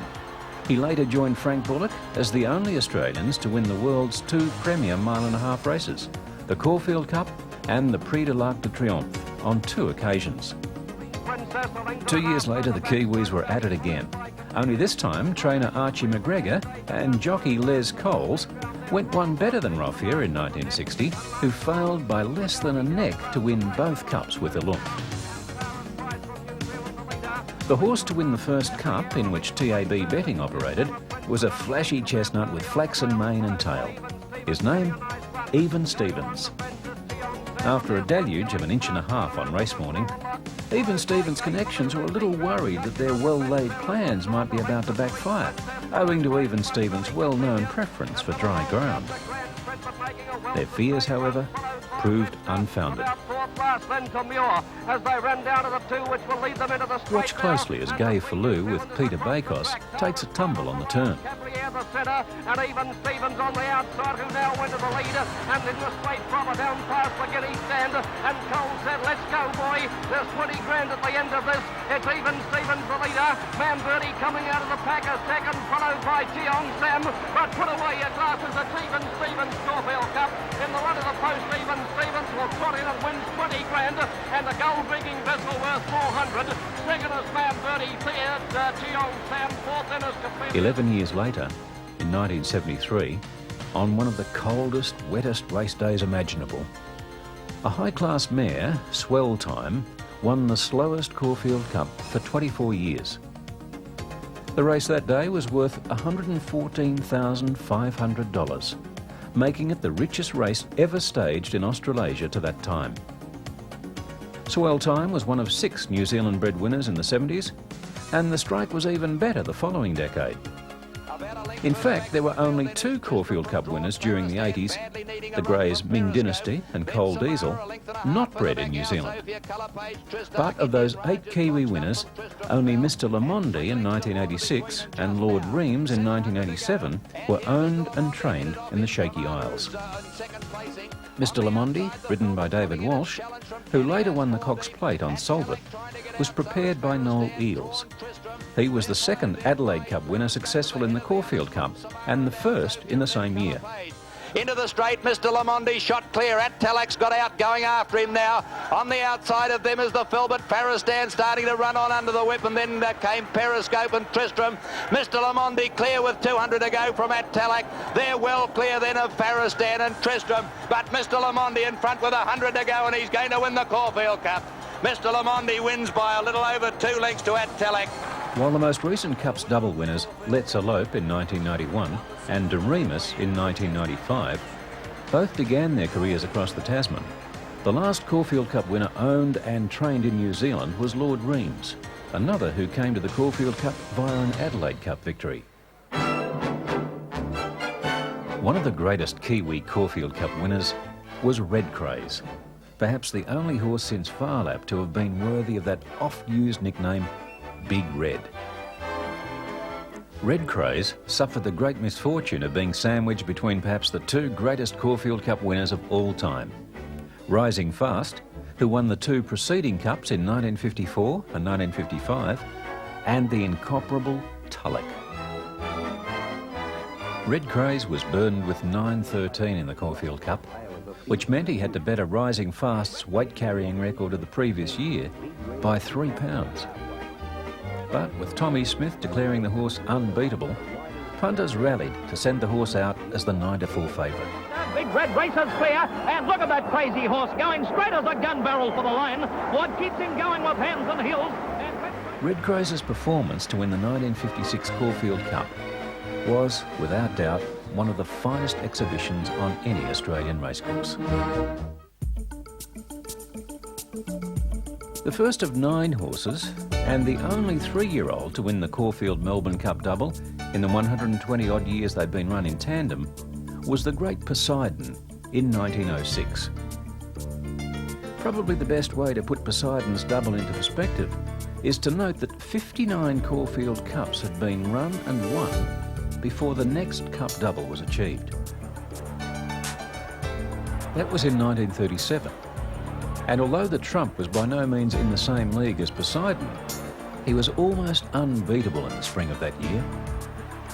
In 3 weeks during the 1937 Carnival, the Trump won the Tulic handicap, coming from second last to the 12 runners on the turn, the McKinnon with another withering finish, and the Melbourne Cup with 8.5, after being penalised the maximum possible weight for the obvious handicapper's error, which saw him contest and win the Caulfield Cup with 7.12, 2 pounds more than he was originally allotted, due to Ashley Reed riding him 2 pounds over. Bad weather postponed the Caulfield Cup for 4 days, but there were 46,000 at the rain-soaked course on that cloudy Wednesday to watch the field of 26 contest the famous race. Weight was also a major contributing factor in the next Cup's double win just 2 years later, when the handy mare Revette became the first of only 2 of her gender to complete the double. 6 weeks after the outbreak of World War II, Revette carried just 7 stone 2 to win the Caulfield Cup from Maikai in front of a crowd of 67,500 people. Despite being penalised the maximum 10 pounds for the Melbourne Cup, Revette still got in with 7.9, the smallest weight-carrying task ever asked of a Caulfield Cup winner. And with Teddy Preston, who replaced the injured Jack Purtell in the saddle before the Caulfield Cup, Revette beat Maikai once again, making it the only time that 2 horses have filled the first 2 places in the Cup's double. The tragedy of the 1939 Cup was that Revette's owner-trainer, Harry Bamber, had no money to back the mare to win the Cup double, at the inviting odds of 2,000 to 1.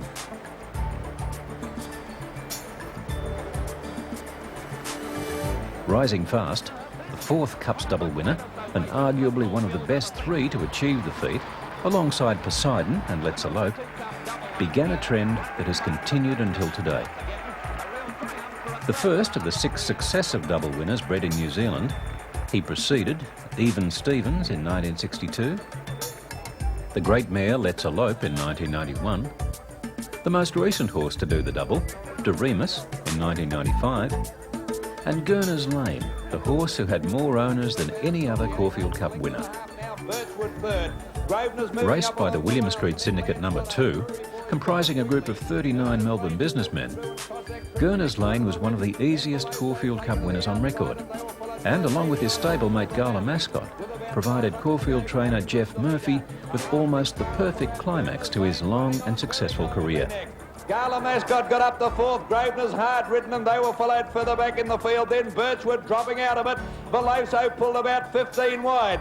Carringbush the leader, but Gner Lane grabbed him quickly into the straight, and Gner Lane sprinted to the lead. Gala Mascot's out after it from Carringbush, and they're followed by Port Carling, but Gner Lane streaking away from them in a heavy going, and Gner Lane's going to score a big win in the Caulfield Cup. Gner Lane wins by 6 lengths. Gala Mascot has run second, third placing Beloso, fourth Carringbush. Many of Gner Lane's owners went within 1 3/4 lengths of winning the Cup's double a second time in 1994, with Paris Lane, who won the Caulfield Cup in world-class time. Then, coming from a wide barrier, beat all but Jeune at Flemington. The partnership responsible for Paris Lane and 2 other Caulfield Cup winners in the 90s is Lee Fredman, a man who has made an art form of winning Group 1 races in the 90s, and his gifted stable rider, Damien Oliver. Fredman has accumulated Group 1s at a faster rate than any of his predecessors, Tommy Smith and Bart Cummings included. And it's significant that 18 of the 70-odd Group 1s Fredman has won have been at Caulfield, the track where he has stabled his outstanding team since moving from his original base at Flemington in 1997. Of those 18 Group 1s, 3 have been in the VATC's premier event, the Caulfield Cup. And on each occasion, it's been Oliver in the saddle. Fredman's best mare Mannerism provided he and his then 20-year-old stable rider with their first taste of Cup success in 1992. The win came at the expense of outstanding Kiwi Viander Cross, who was controversially steered wide around the home turn by his unrepentant jockey Shane Dye. Well, coming off the back at the 1,000-metre mark there, Shane was around the same position as me, and I was wary of him then, but I sort of lost sight of him then as the field started to spread coming down the side, and you know, we got a beautiful run between horses, and you know, she cruised up to about 4th or 5th on the turn. By that time I'd lost sight of Shane, but then I saw him out the corner of my eye just after we straightened, and sort of set sail after him. But Mannerism being one of my favourite horses, I'd always been a little bit kind to her, and it wasn't probably till really the last 100 metres that I got stuck into her. And when I went across that line, I didn't know if I'd won or not. And on pulling up, I heard someone yell out number 8, so I quickly glanced down to see what number I was. And when I knew I was number 8, it was certainly a pretty special moment to me. Equinity a length away, followed by Dark Czar Mannerism. Here comes Viander Cross. Viander Cross is coming with a great burst out wide. They sweep for home now. Gathano on the inside. Viander Cross has come very wide after him, and they were followed by Mannerism coming home well, and then came Equinity. It's Viander Cross out wide. Gathano near the inside, and Mannerism in the centre. Clear of Equinity. Viander Cross, the outside, has taken the lead in the Cup now from Mannerism, and then Gathano and Equinity. Viander Cross in front of Mannerism. Viander Cross answering the urgings of Shane Dye ahead in front. Mannerism coming at him. Viander Cross, maybe a nose to Mannerism, who's booted right on the line and made it close. I thought it was a terrific performance, and there's always been a lot of conjecture as to whether, you know, if Shane hadn't ridden Viander Cross so wide from the 800, whether she'd have been able to beat him. I like to think she probably would have, because she was so good in that sort of ground, and she loved Caulfield. She always raced tremendously at Caulfield, and I think perhaps that even though the other horse went wide, if you accept what Shane Dye said, that he thought the ground was better there, that the horse would travel better in that ground, then, you know, if he's right, then, you know, maybe he had an advantage, I don't know. Fredman won the first of his 2 Cups doubles that year when Mannerism's stablemate Sub-Zero took out the Melbourne Cup. The luckless Viander Cross was again denied by Fredman, although many were to argue that the fault in both Cups lay squarely with his controversial rider, Shane Dye. Fredman almost repeated the Cup's double 2 years later, but this time with the one horse, the brilliant stayer, Paris Lane. It's all in fun, led the field into the straight. Paris Lane after him from Alcove. Then came Tenor. It's all in fun, grabbed by Paris Lane and Alcove. Paris Lane at the 200 took the lead from Alcove. Tenor down the outside, but Paris Lane broke away. He's home, Paris Lane's Cup. 2 lengths Alcove and Tenor, and Paris Lane wins it. 1.5 lengths to Alcove, third is Tenor. I don't think I've ever been as confident as a horse as I was about him going into that Caulfield Cup, because he had the perfect form and he had the weight drop. And he won like a good thing. Light racing in the Caulfield Cup. Few chasing away fairly from Unsolved. Electronic jump well with Alcove. Starstruck into stride fast. Love Dance, All Our Mob and Oppressor are going quickly with Doremus in the early stages. Electronics taking a claim from Alcove. And then Waikika Moo Cow. Count Shivers out wide. Boart, the West Australian mare, hit the front. Count Shivers coming after her from Electronic. Fewer chosen fighting back on the rail at the 200. And it's Boart and Count Shivers now from Doremus and Fewer chosen. Count Shivers and Boart from Doremus. Count Shivers, Boart, Doremus. Doremus coming at Count Shivers. Doremus! Doremus got it a neck to Count Shivers. Doremus followed up with a fighting win in the Melbourne Cup 2.5 weeks later.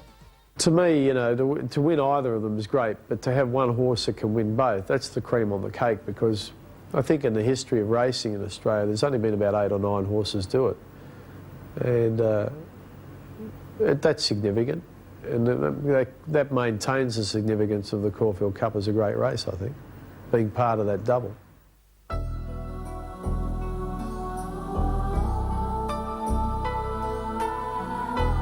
We went to New Zealand for a holiday and I stayed with very old friends, Tom and Gai Williams, who have the Taparo stud at Masterton in New Zealand. And they had Oncidium standing still then. They'd had Agricola. It was a very famous stud, still is.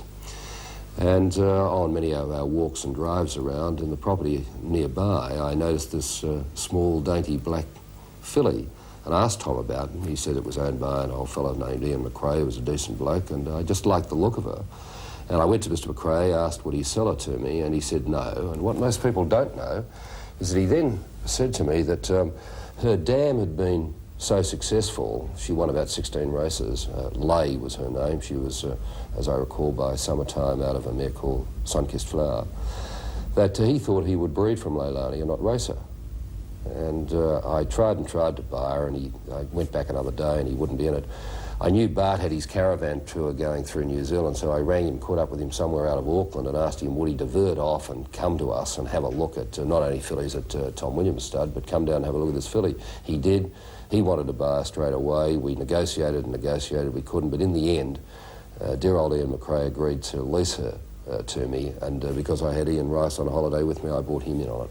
Leilani was unraced as a 2-year-old and made rapid progress at 3 to win the AJC Oaks with Roy Higgins aboard. Bart Cummings then set her for the Caulfield Cup.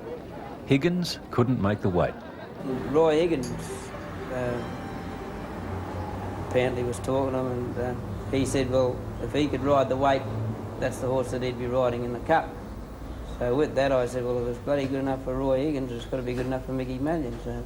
They're 6 lengths in front of Igloo with Turf Cutter running on from Lord Metric and Broadway Hit. Leilani has dashed clear as they straighten for home. Mallion riding for dear life, and Leilani's run 3 lengths in front of Gay Icarus. 4 lengths away, Turf Cutter, Igloo, Broadway Hit, Pilfer. But with 150 to go, Leilani 3 lengths in front. Gay Icarus is weakening, and then Turf Cutter. But it's Leilani's Caulfield Cup. The Bonnie mare is going to win by 4 lengths. Broadway Hit flashing up for second. Turf Cutter third. Ahead away, Gay Icarus fourth. The New Zealand mare Swell Time started a golden run for mares in 1973. Leilani won the following year. The Colin Hayes trained How Now saluted in 1976. And the third of 4 successive mares to win the race was Analyte, trained by the remarkable horseman Cyril Beachy. Analyte's Cup was only the 5th time in the history of the race that a favourite had started 6 to 4 or shorter. 2 lengths to Analyte, Gala Supreme. That horse was Suleiman, who had won the Herbert Power Handicap by 12 lengths, with 3 kilos more than his cup weight. Brian Andrews rode the race of his life, getting Suleiman from barrier 13 to 2nd place behind Chelsea Tower going out of the straight. But after striding clear to a 3-length lead in the straight, he failed to respond when Analyte made her run. A length to Shiftmar, then Gala Supreme out wide, followed then by at the head of the others, Guest Star, trying to get out Captain T, but it's Suleiman dashing clear on the turn. He's 2 lengths in front of Wave King, followed by Shiftmar, Like a Lover and Guest Star. Suleiman shot 3 in front, Analyte's out after him at the 200 with Like a Lover. Suleiman in front, they're starting to pick him up. Analyte coming at him quickly from Like a Lover. Analyte got to the lead 100 metres out from Suleiman, and Analyte's coming away to win the Cup by a length and a quarter to Like a Lover. A nose away third, Suleiman, 4th Turf Cutter. The next 2 mares to win the Cup TriStar in 1985 and stablemate Impressera 3 years later were both owned by the flamboyant and outspoken chairman of the Thoroughbred Racehorse Owners Association, Nick Colam. TriStar, one of the most underrated mares to race in the 80s, was unlucky not to stand alongside other Caulfield Cup winners Elope, Leilani, Gay Icarus and Gner Lane as Australia's Horse of the Year. Inexplicably, she was overlooked by the adjudicators in favour of Bounding Away, the only 2-year-old ever to win the award. TriStar had won the AJC Derby in the autumn.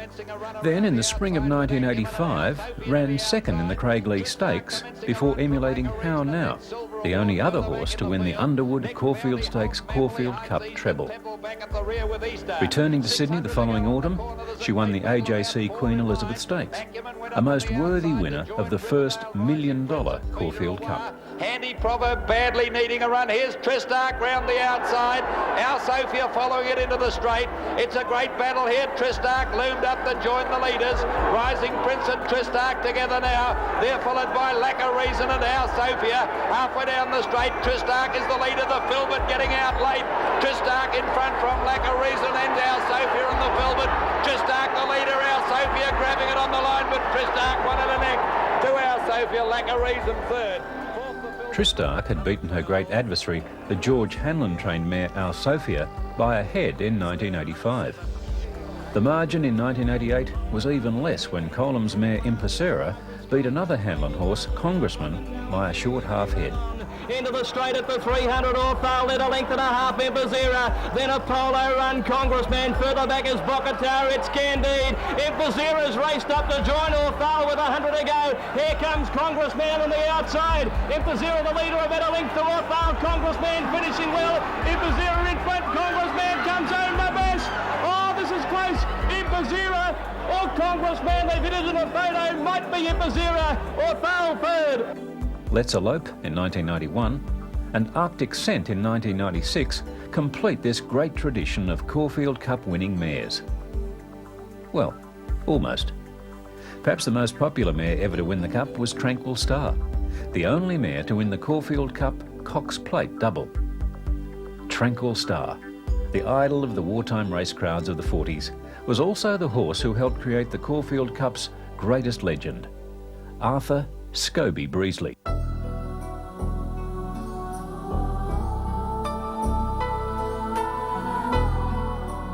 First came to Melbourne from Wagga I was only 12-year-old, and there was a trainer came from Wagga, a fellow named Stanley Biggins, who was a top trainer up around the Riverina, Wagga, and my brother rode for him, and they came to Melbourne, brought a lot of horses to Melbourne, and had a big stable here over at Caulfield, over in Yarrandalone Grove.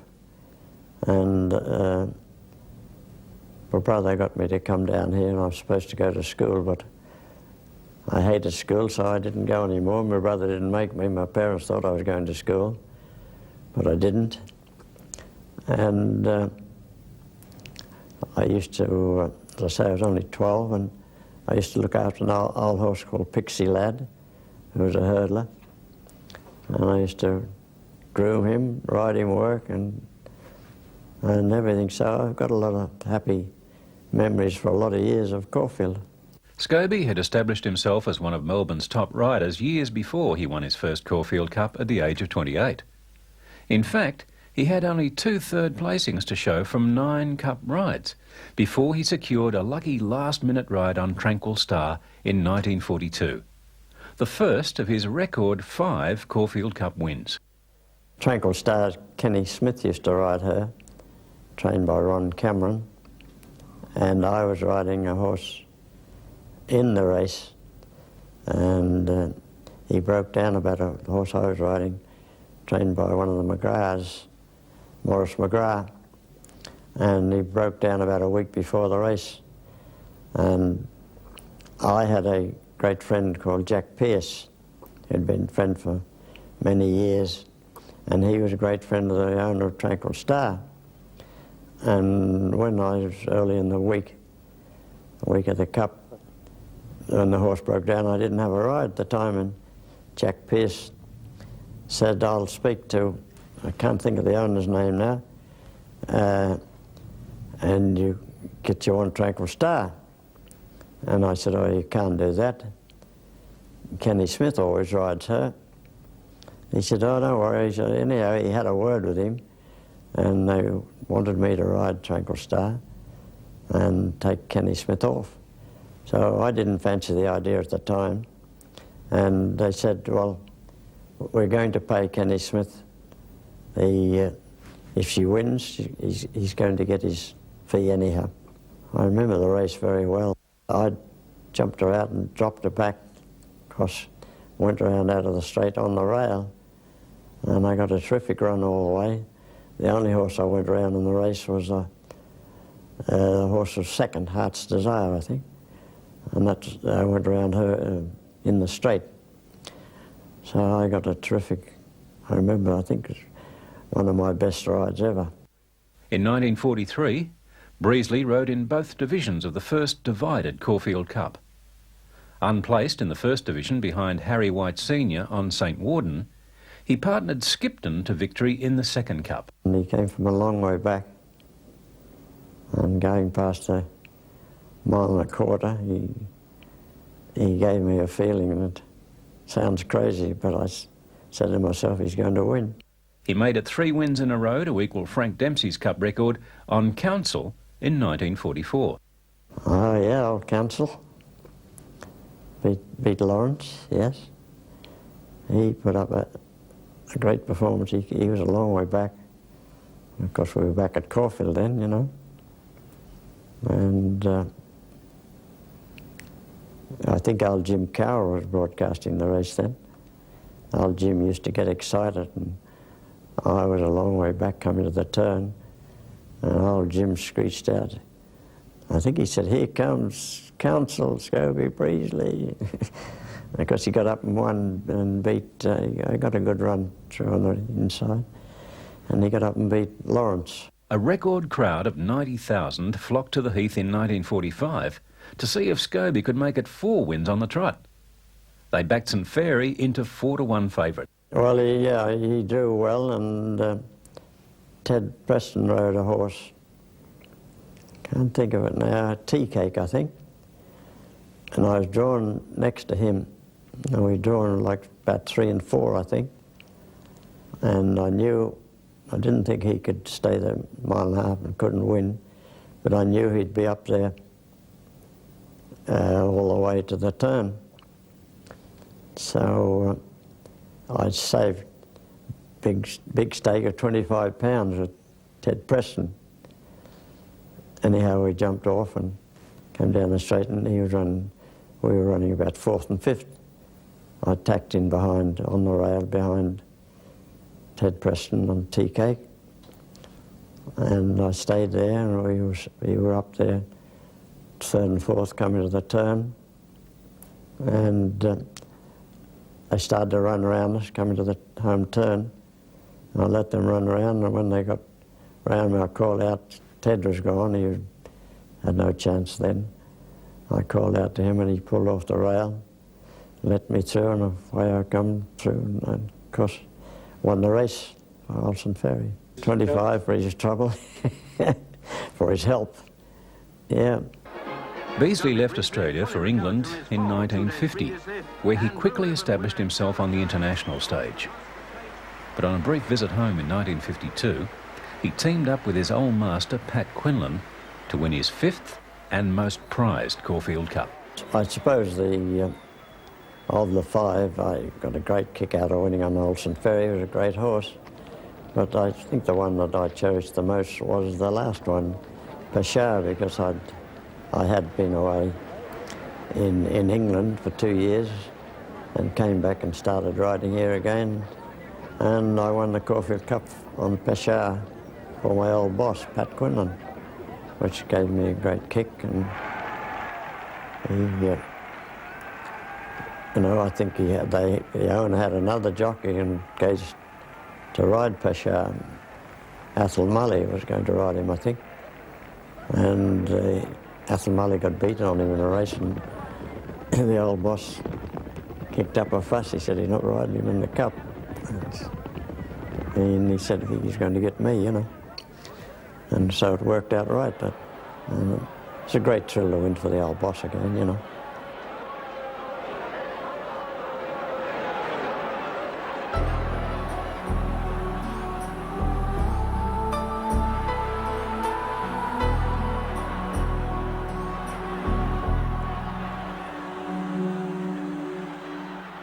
Scobby Brazley, a Caulfield Cup legend. Cup's king, Bart Cummings, naturally holds the record for winners of the Caulfield Cup. Cummings, in fact, holds the record for most things in Melbourne. And with 10 Melbourne Cups, 10 Australian Cups and 6 Caulfield Cups, tops the list for each of Melbourne's Group 1 Stayers Cups. Bart's first major cup win was with light fingers in the Melbourne Cup of 1965. However, he can consider himself a little unlucky not to have won at least 3 Caulfield Cups before then. Cummings' next Caulfield Cup runner, Sometime, finished a game but well-beaten 4th to Summer Fair in 1961. But when this outstanding son of Summertime returned to Caulfield 2 years later, the great J.B. Cummings was no longer his trainer. That honour went to Adelaide horseman trainer Les Patterson, who took over the training of Sometime in December 1961, when Cummings was outed for a year over the running of a 2-year-old in Adelaide.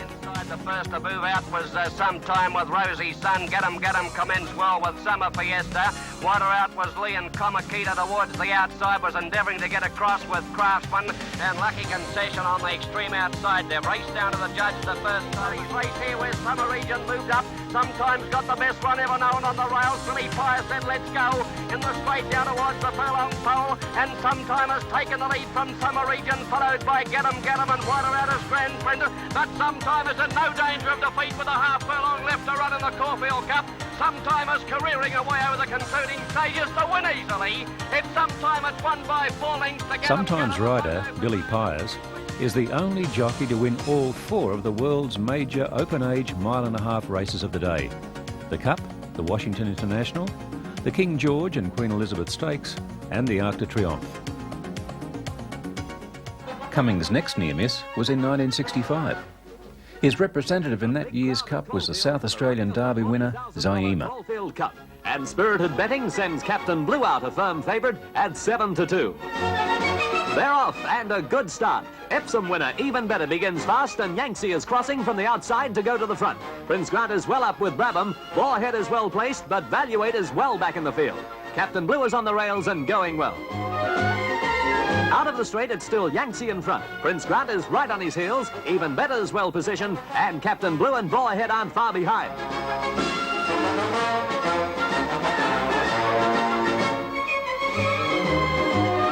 The field strung out round the back of the course, where it's still Yangi in front, attempting another all-the-way Caulfield Cup win.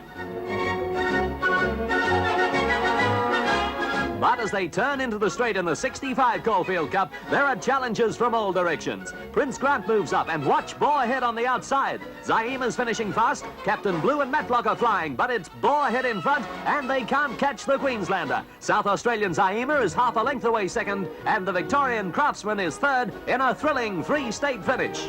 Boarhead started at 14-1, wins $26,000 and the Caulfield Cup. Victory to Queensland on all fronts. But spare a thought for Cummings and his luckless stayer, Zaima. Cummings finally got himself on the board at Caulfield the following year, when his outstanding stayer, Galilee, won the Cup in a canter. On the outside is showing in front. Tobin Bronze, the leader, past the 3 furlongs post from Clip Joint on the inside rail, being closely followed then over on the outside by Manolado, and Trevor's coming into the picture next. Future was on the inside rail next. Making the turn into the straight now with 2 furlongs to go, and Tobin Bronze has skipped away from them, from Vinoble in second placing. Clip Joint on the rails, Luckless, Manolado, and Trevor's was there too, with Farayon on the outside. Coming to the furlong post, and Tobin Bronze, the leader. Challenges coming from everywhere now. Manolado coming at him on the outside. Trevor's in the picture for Rayon, and Galilee flying down the outside. Galilee has hit the putt with 60 or 70 yards to go, and Galilee is drawing away from them now. Garlicrest flying along the inside, but Galilee is going to see it through, and Galilee has won the Cup from Garlicrest. A good race for third between Trevor's and for Rayon. Cummings' next win was with Big Fuloo on protest in the controversial Caulfield Cup of 1969. It's a race where I find myself having to explain how, because it was happened so quick.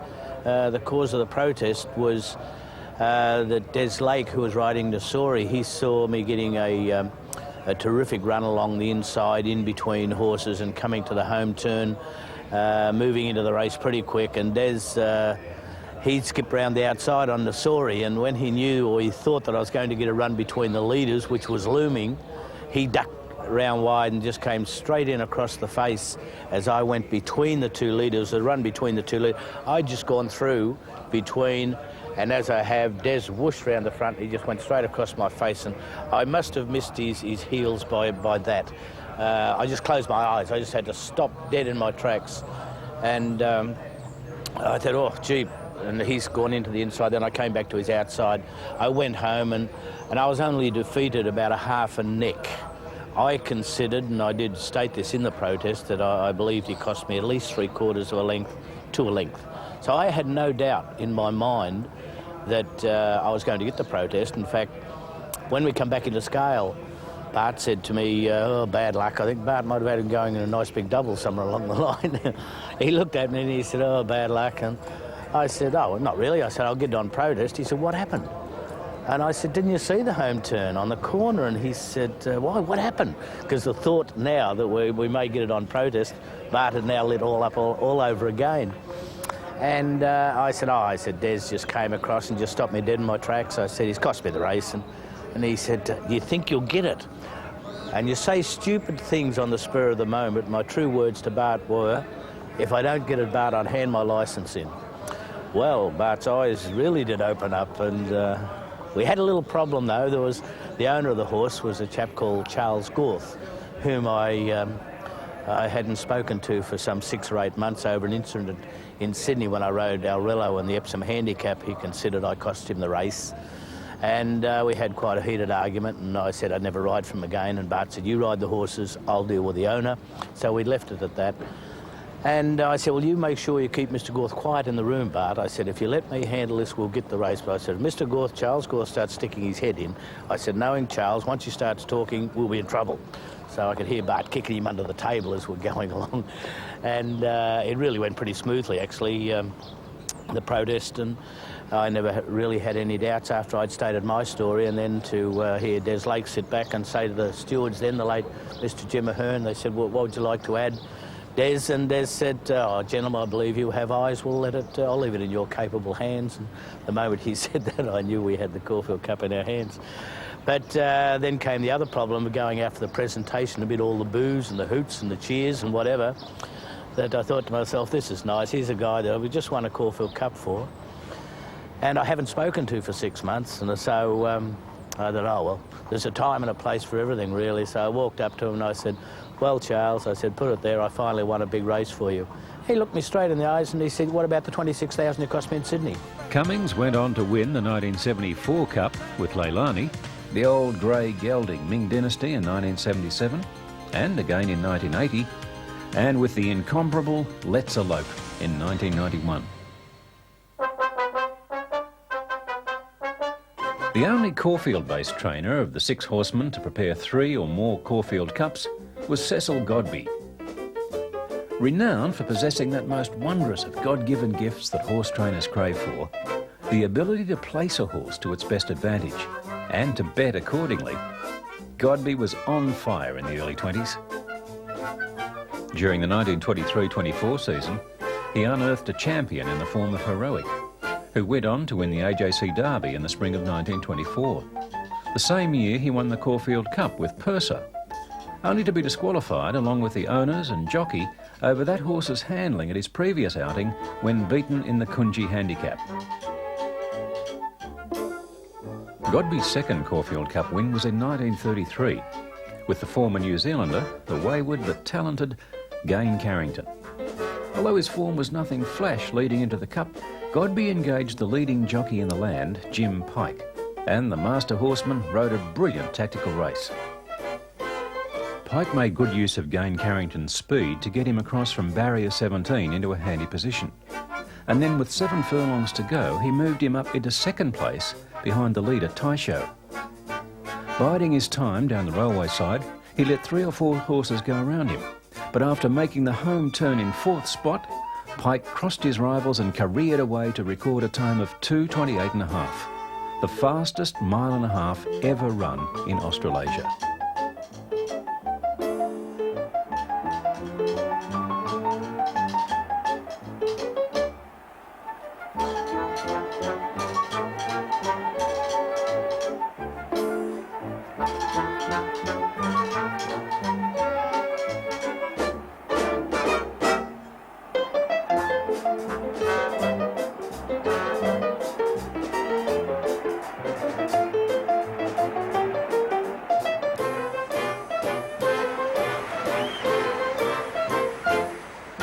Three years later, Godby landed his 3rd cup with arguably the most timely Caulfield Cup purchase ever. He was asked by Colonel Harold Cohen, the state member for Melbourne South Province, a ward which included Caulfield, to buy him a horse good enough to win the cup. And just 3 weeks later, he paid 1,100 guineas for Northwind, a moderately performed individual then in the care of Wangaratta trainer Bert Hoysted. A very shrewd operator, Godby had correctly assessed the likely Cup field as one of the worst on record, and by Cup Eve, he and his stable supporters had backed Northwind from 200 to 1 into 33s. Northwind eased to start at 66 to 1, the 2nd longest priced Cup winner in history. When he stormed home, he gave Melbourne's 6-time Premier rider Harold Badger his first and only Caulfield Cup win, and robbed the Hoysted clan of a unique place in Cup history. Bert Hoysted's cousin Fred won the 1955 Cup with Rising Fast, and Fred's son Bob won with Citizen in 1990.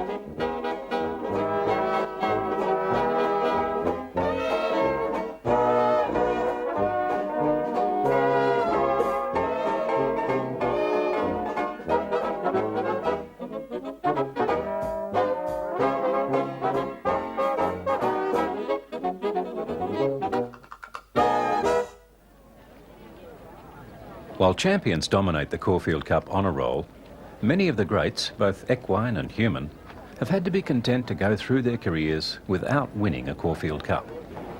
And when you talk about bad luck in the Cup, the first champion that springs to mind is legendary trainer George Hanlin, arguably the most celebrated Cup loser. Yeah, the Caulfield Cup has not been kind to that wonderful man George Hanlin, who was truly one of the great trainers.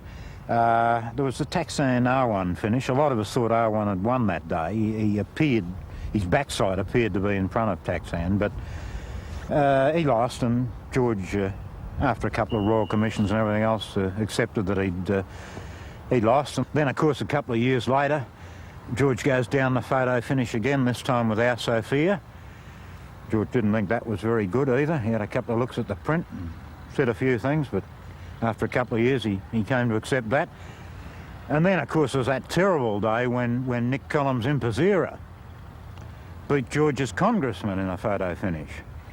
And George that day delivered one of the deathless lines of racing.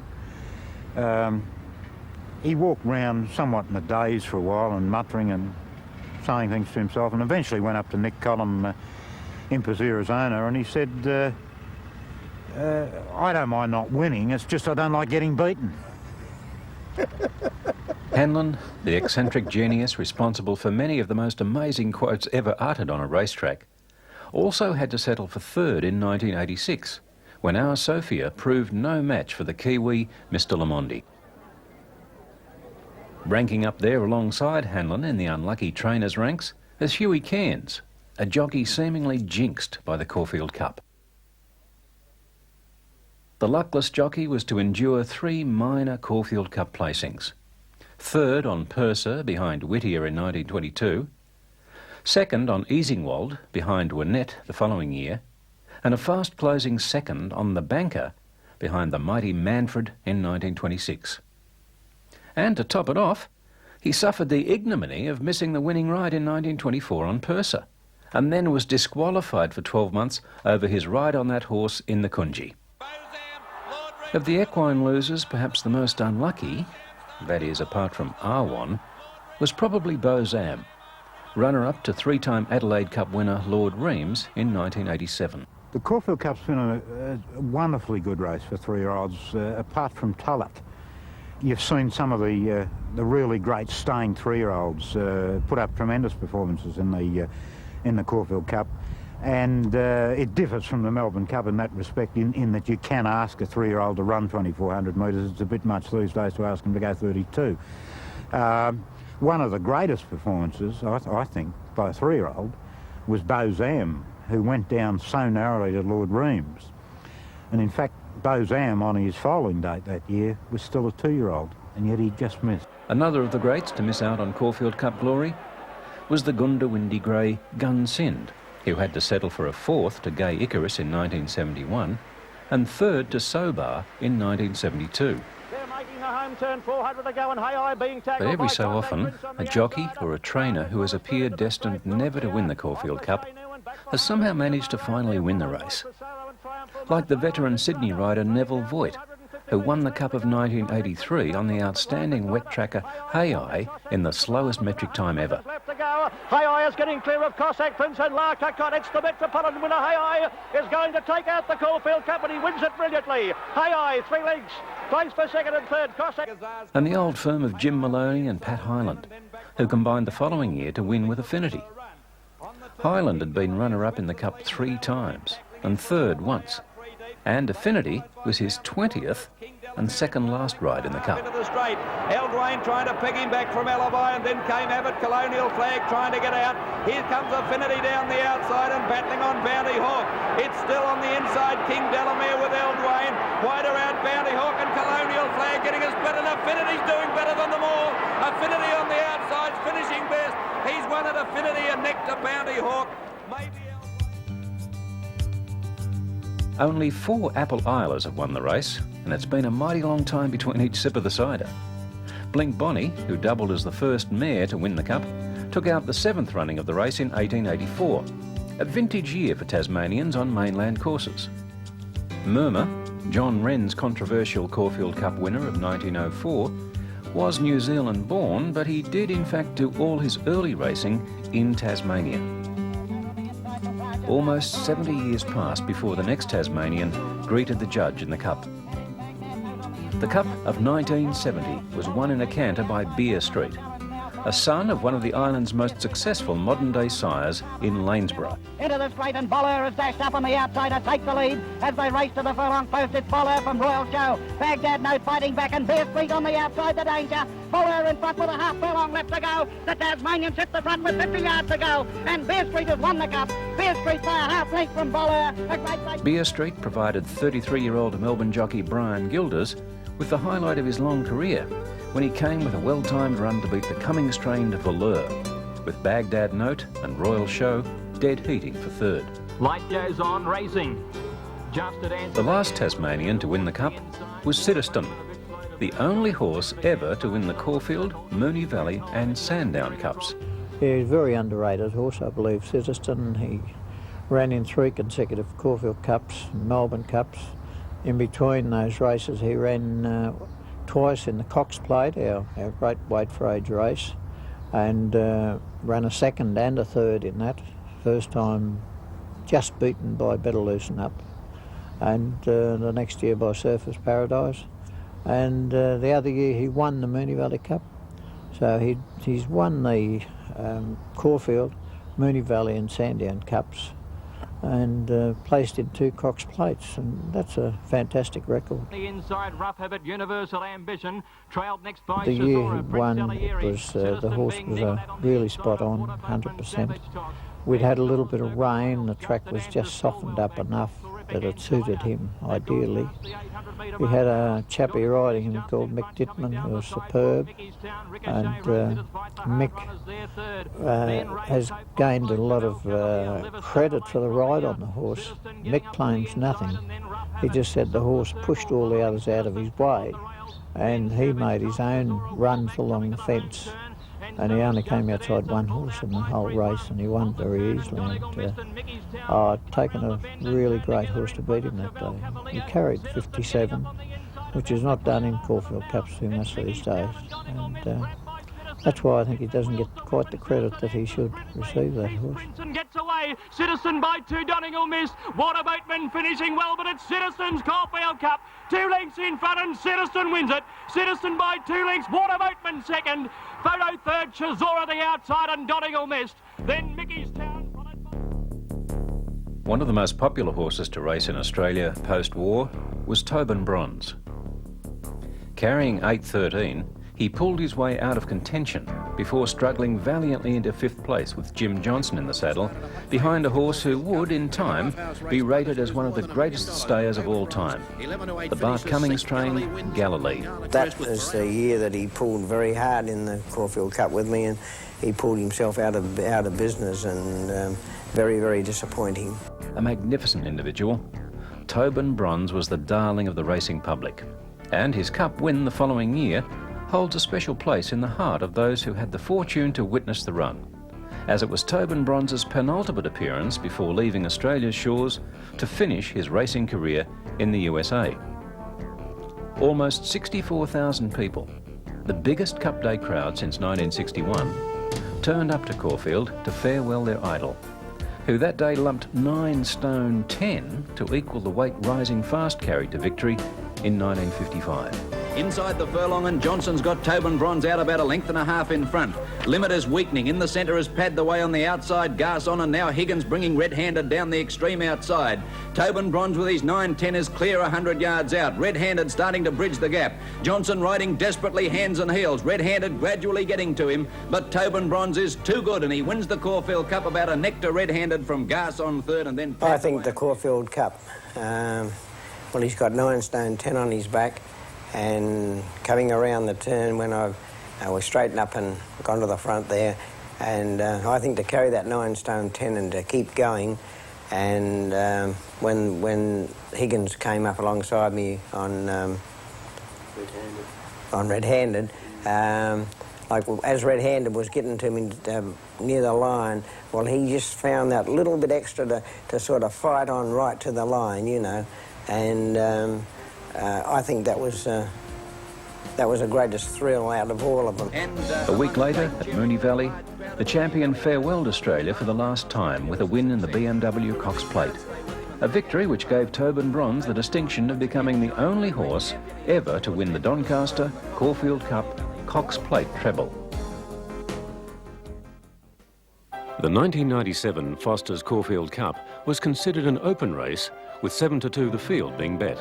The Boom Fredman Galloper Marble Hall started favourite at 11-4, with the Jack Denham-trained Sydney 4-year-old Might and Power well supported at 9-1. Might and Power trying to lead all the way in the Caulfield Cup takes the field to the 1,000 metre mark, a length in front of Day Rebay, a length to Iron Horse Magic of Sydney, followed by Sweet Delight, a length and a half to Marble Halls, and then came Always Aloof, 1.5 further back, Cattle at Opening.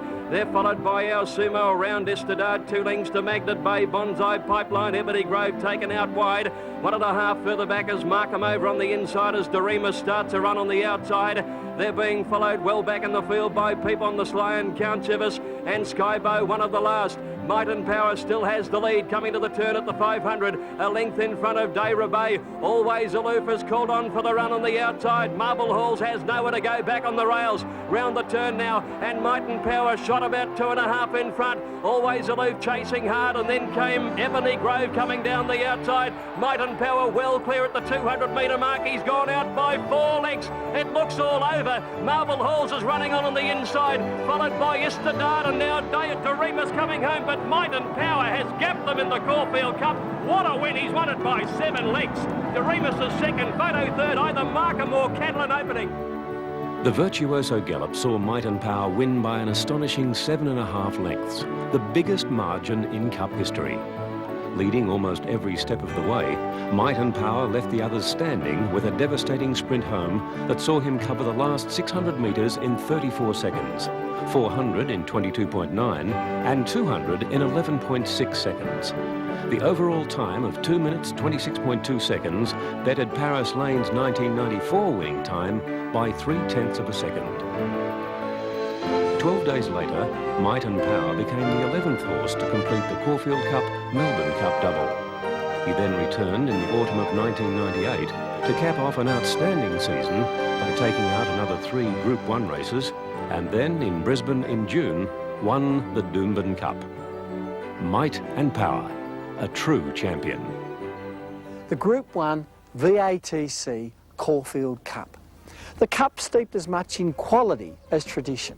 The cup full of champions.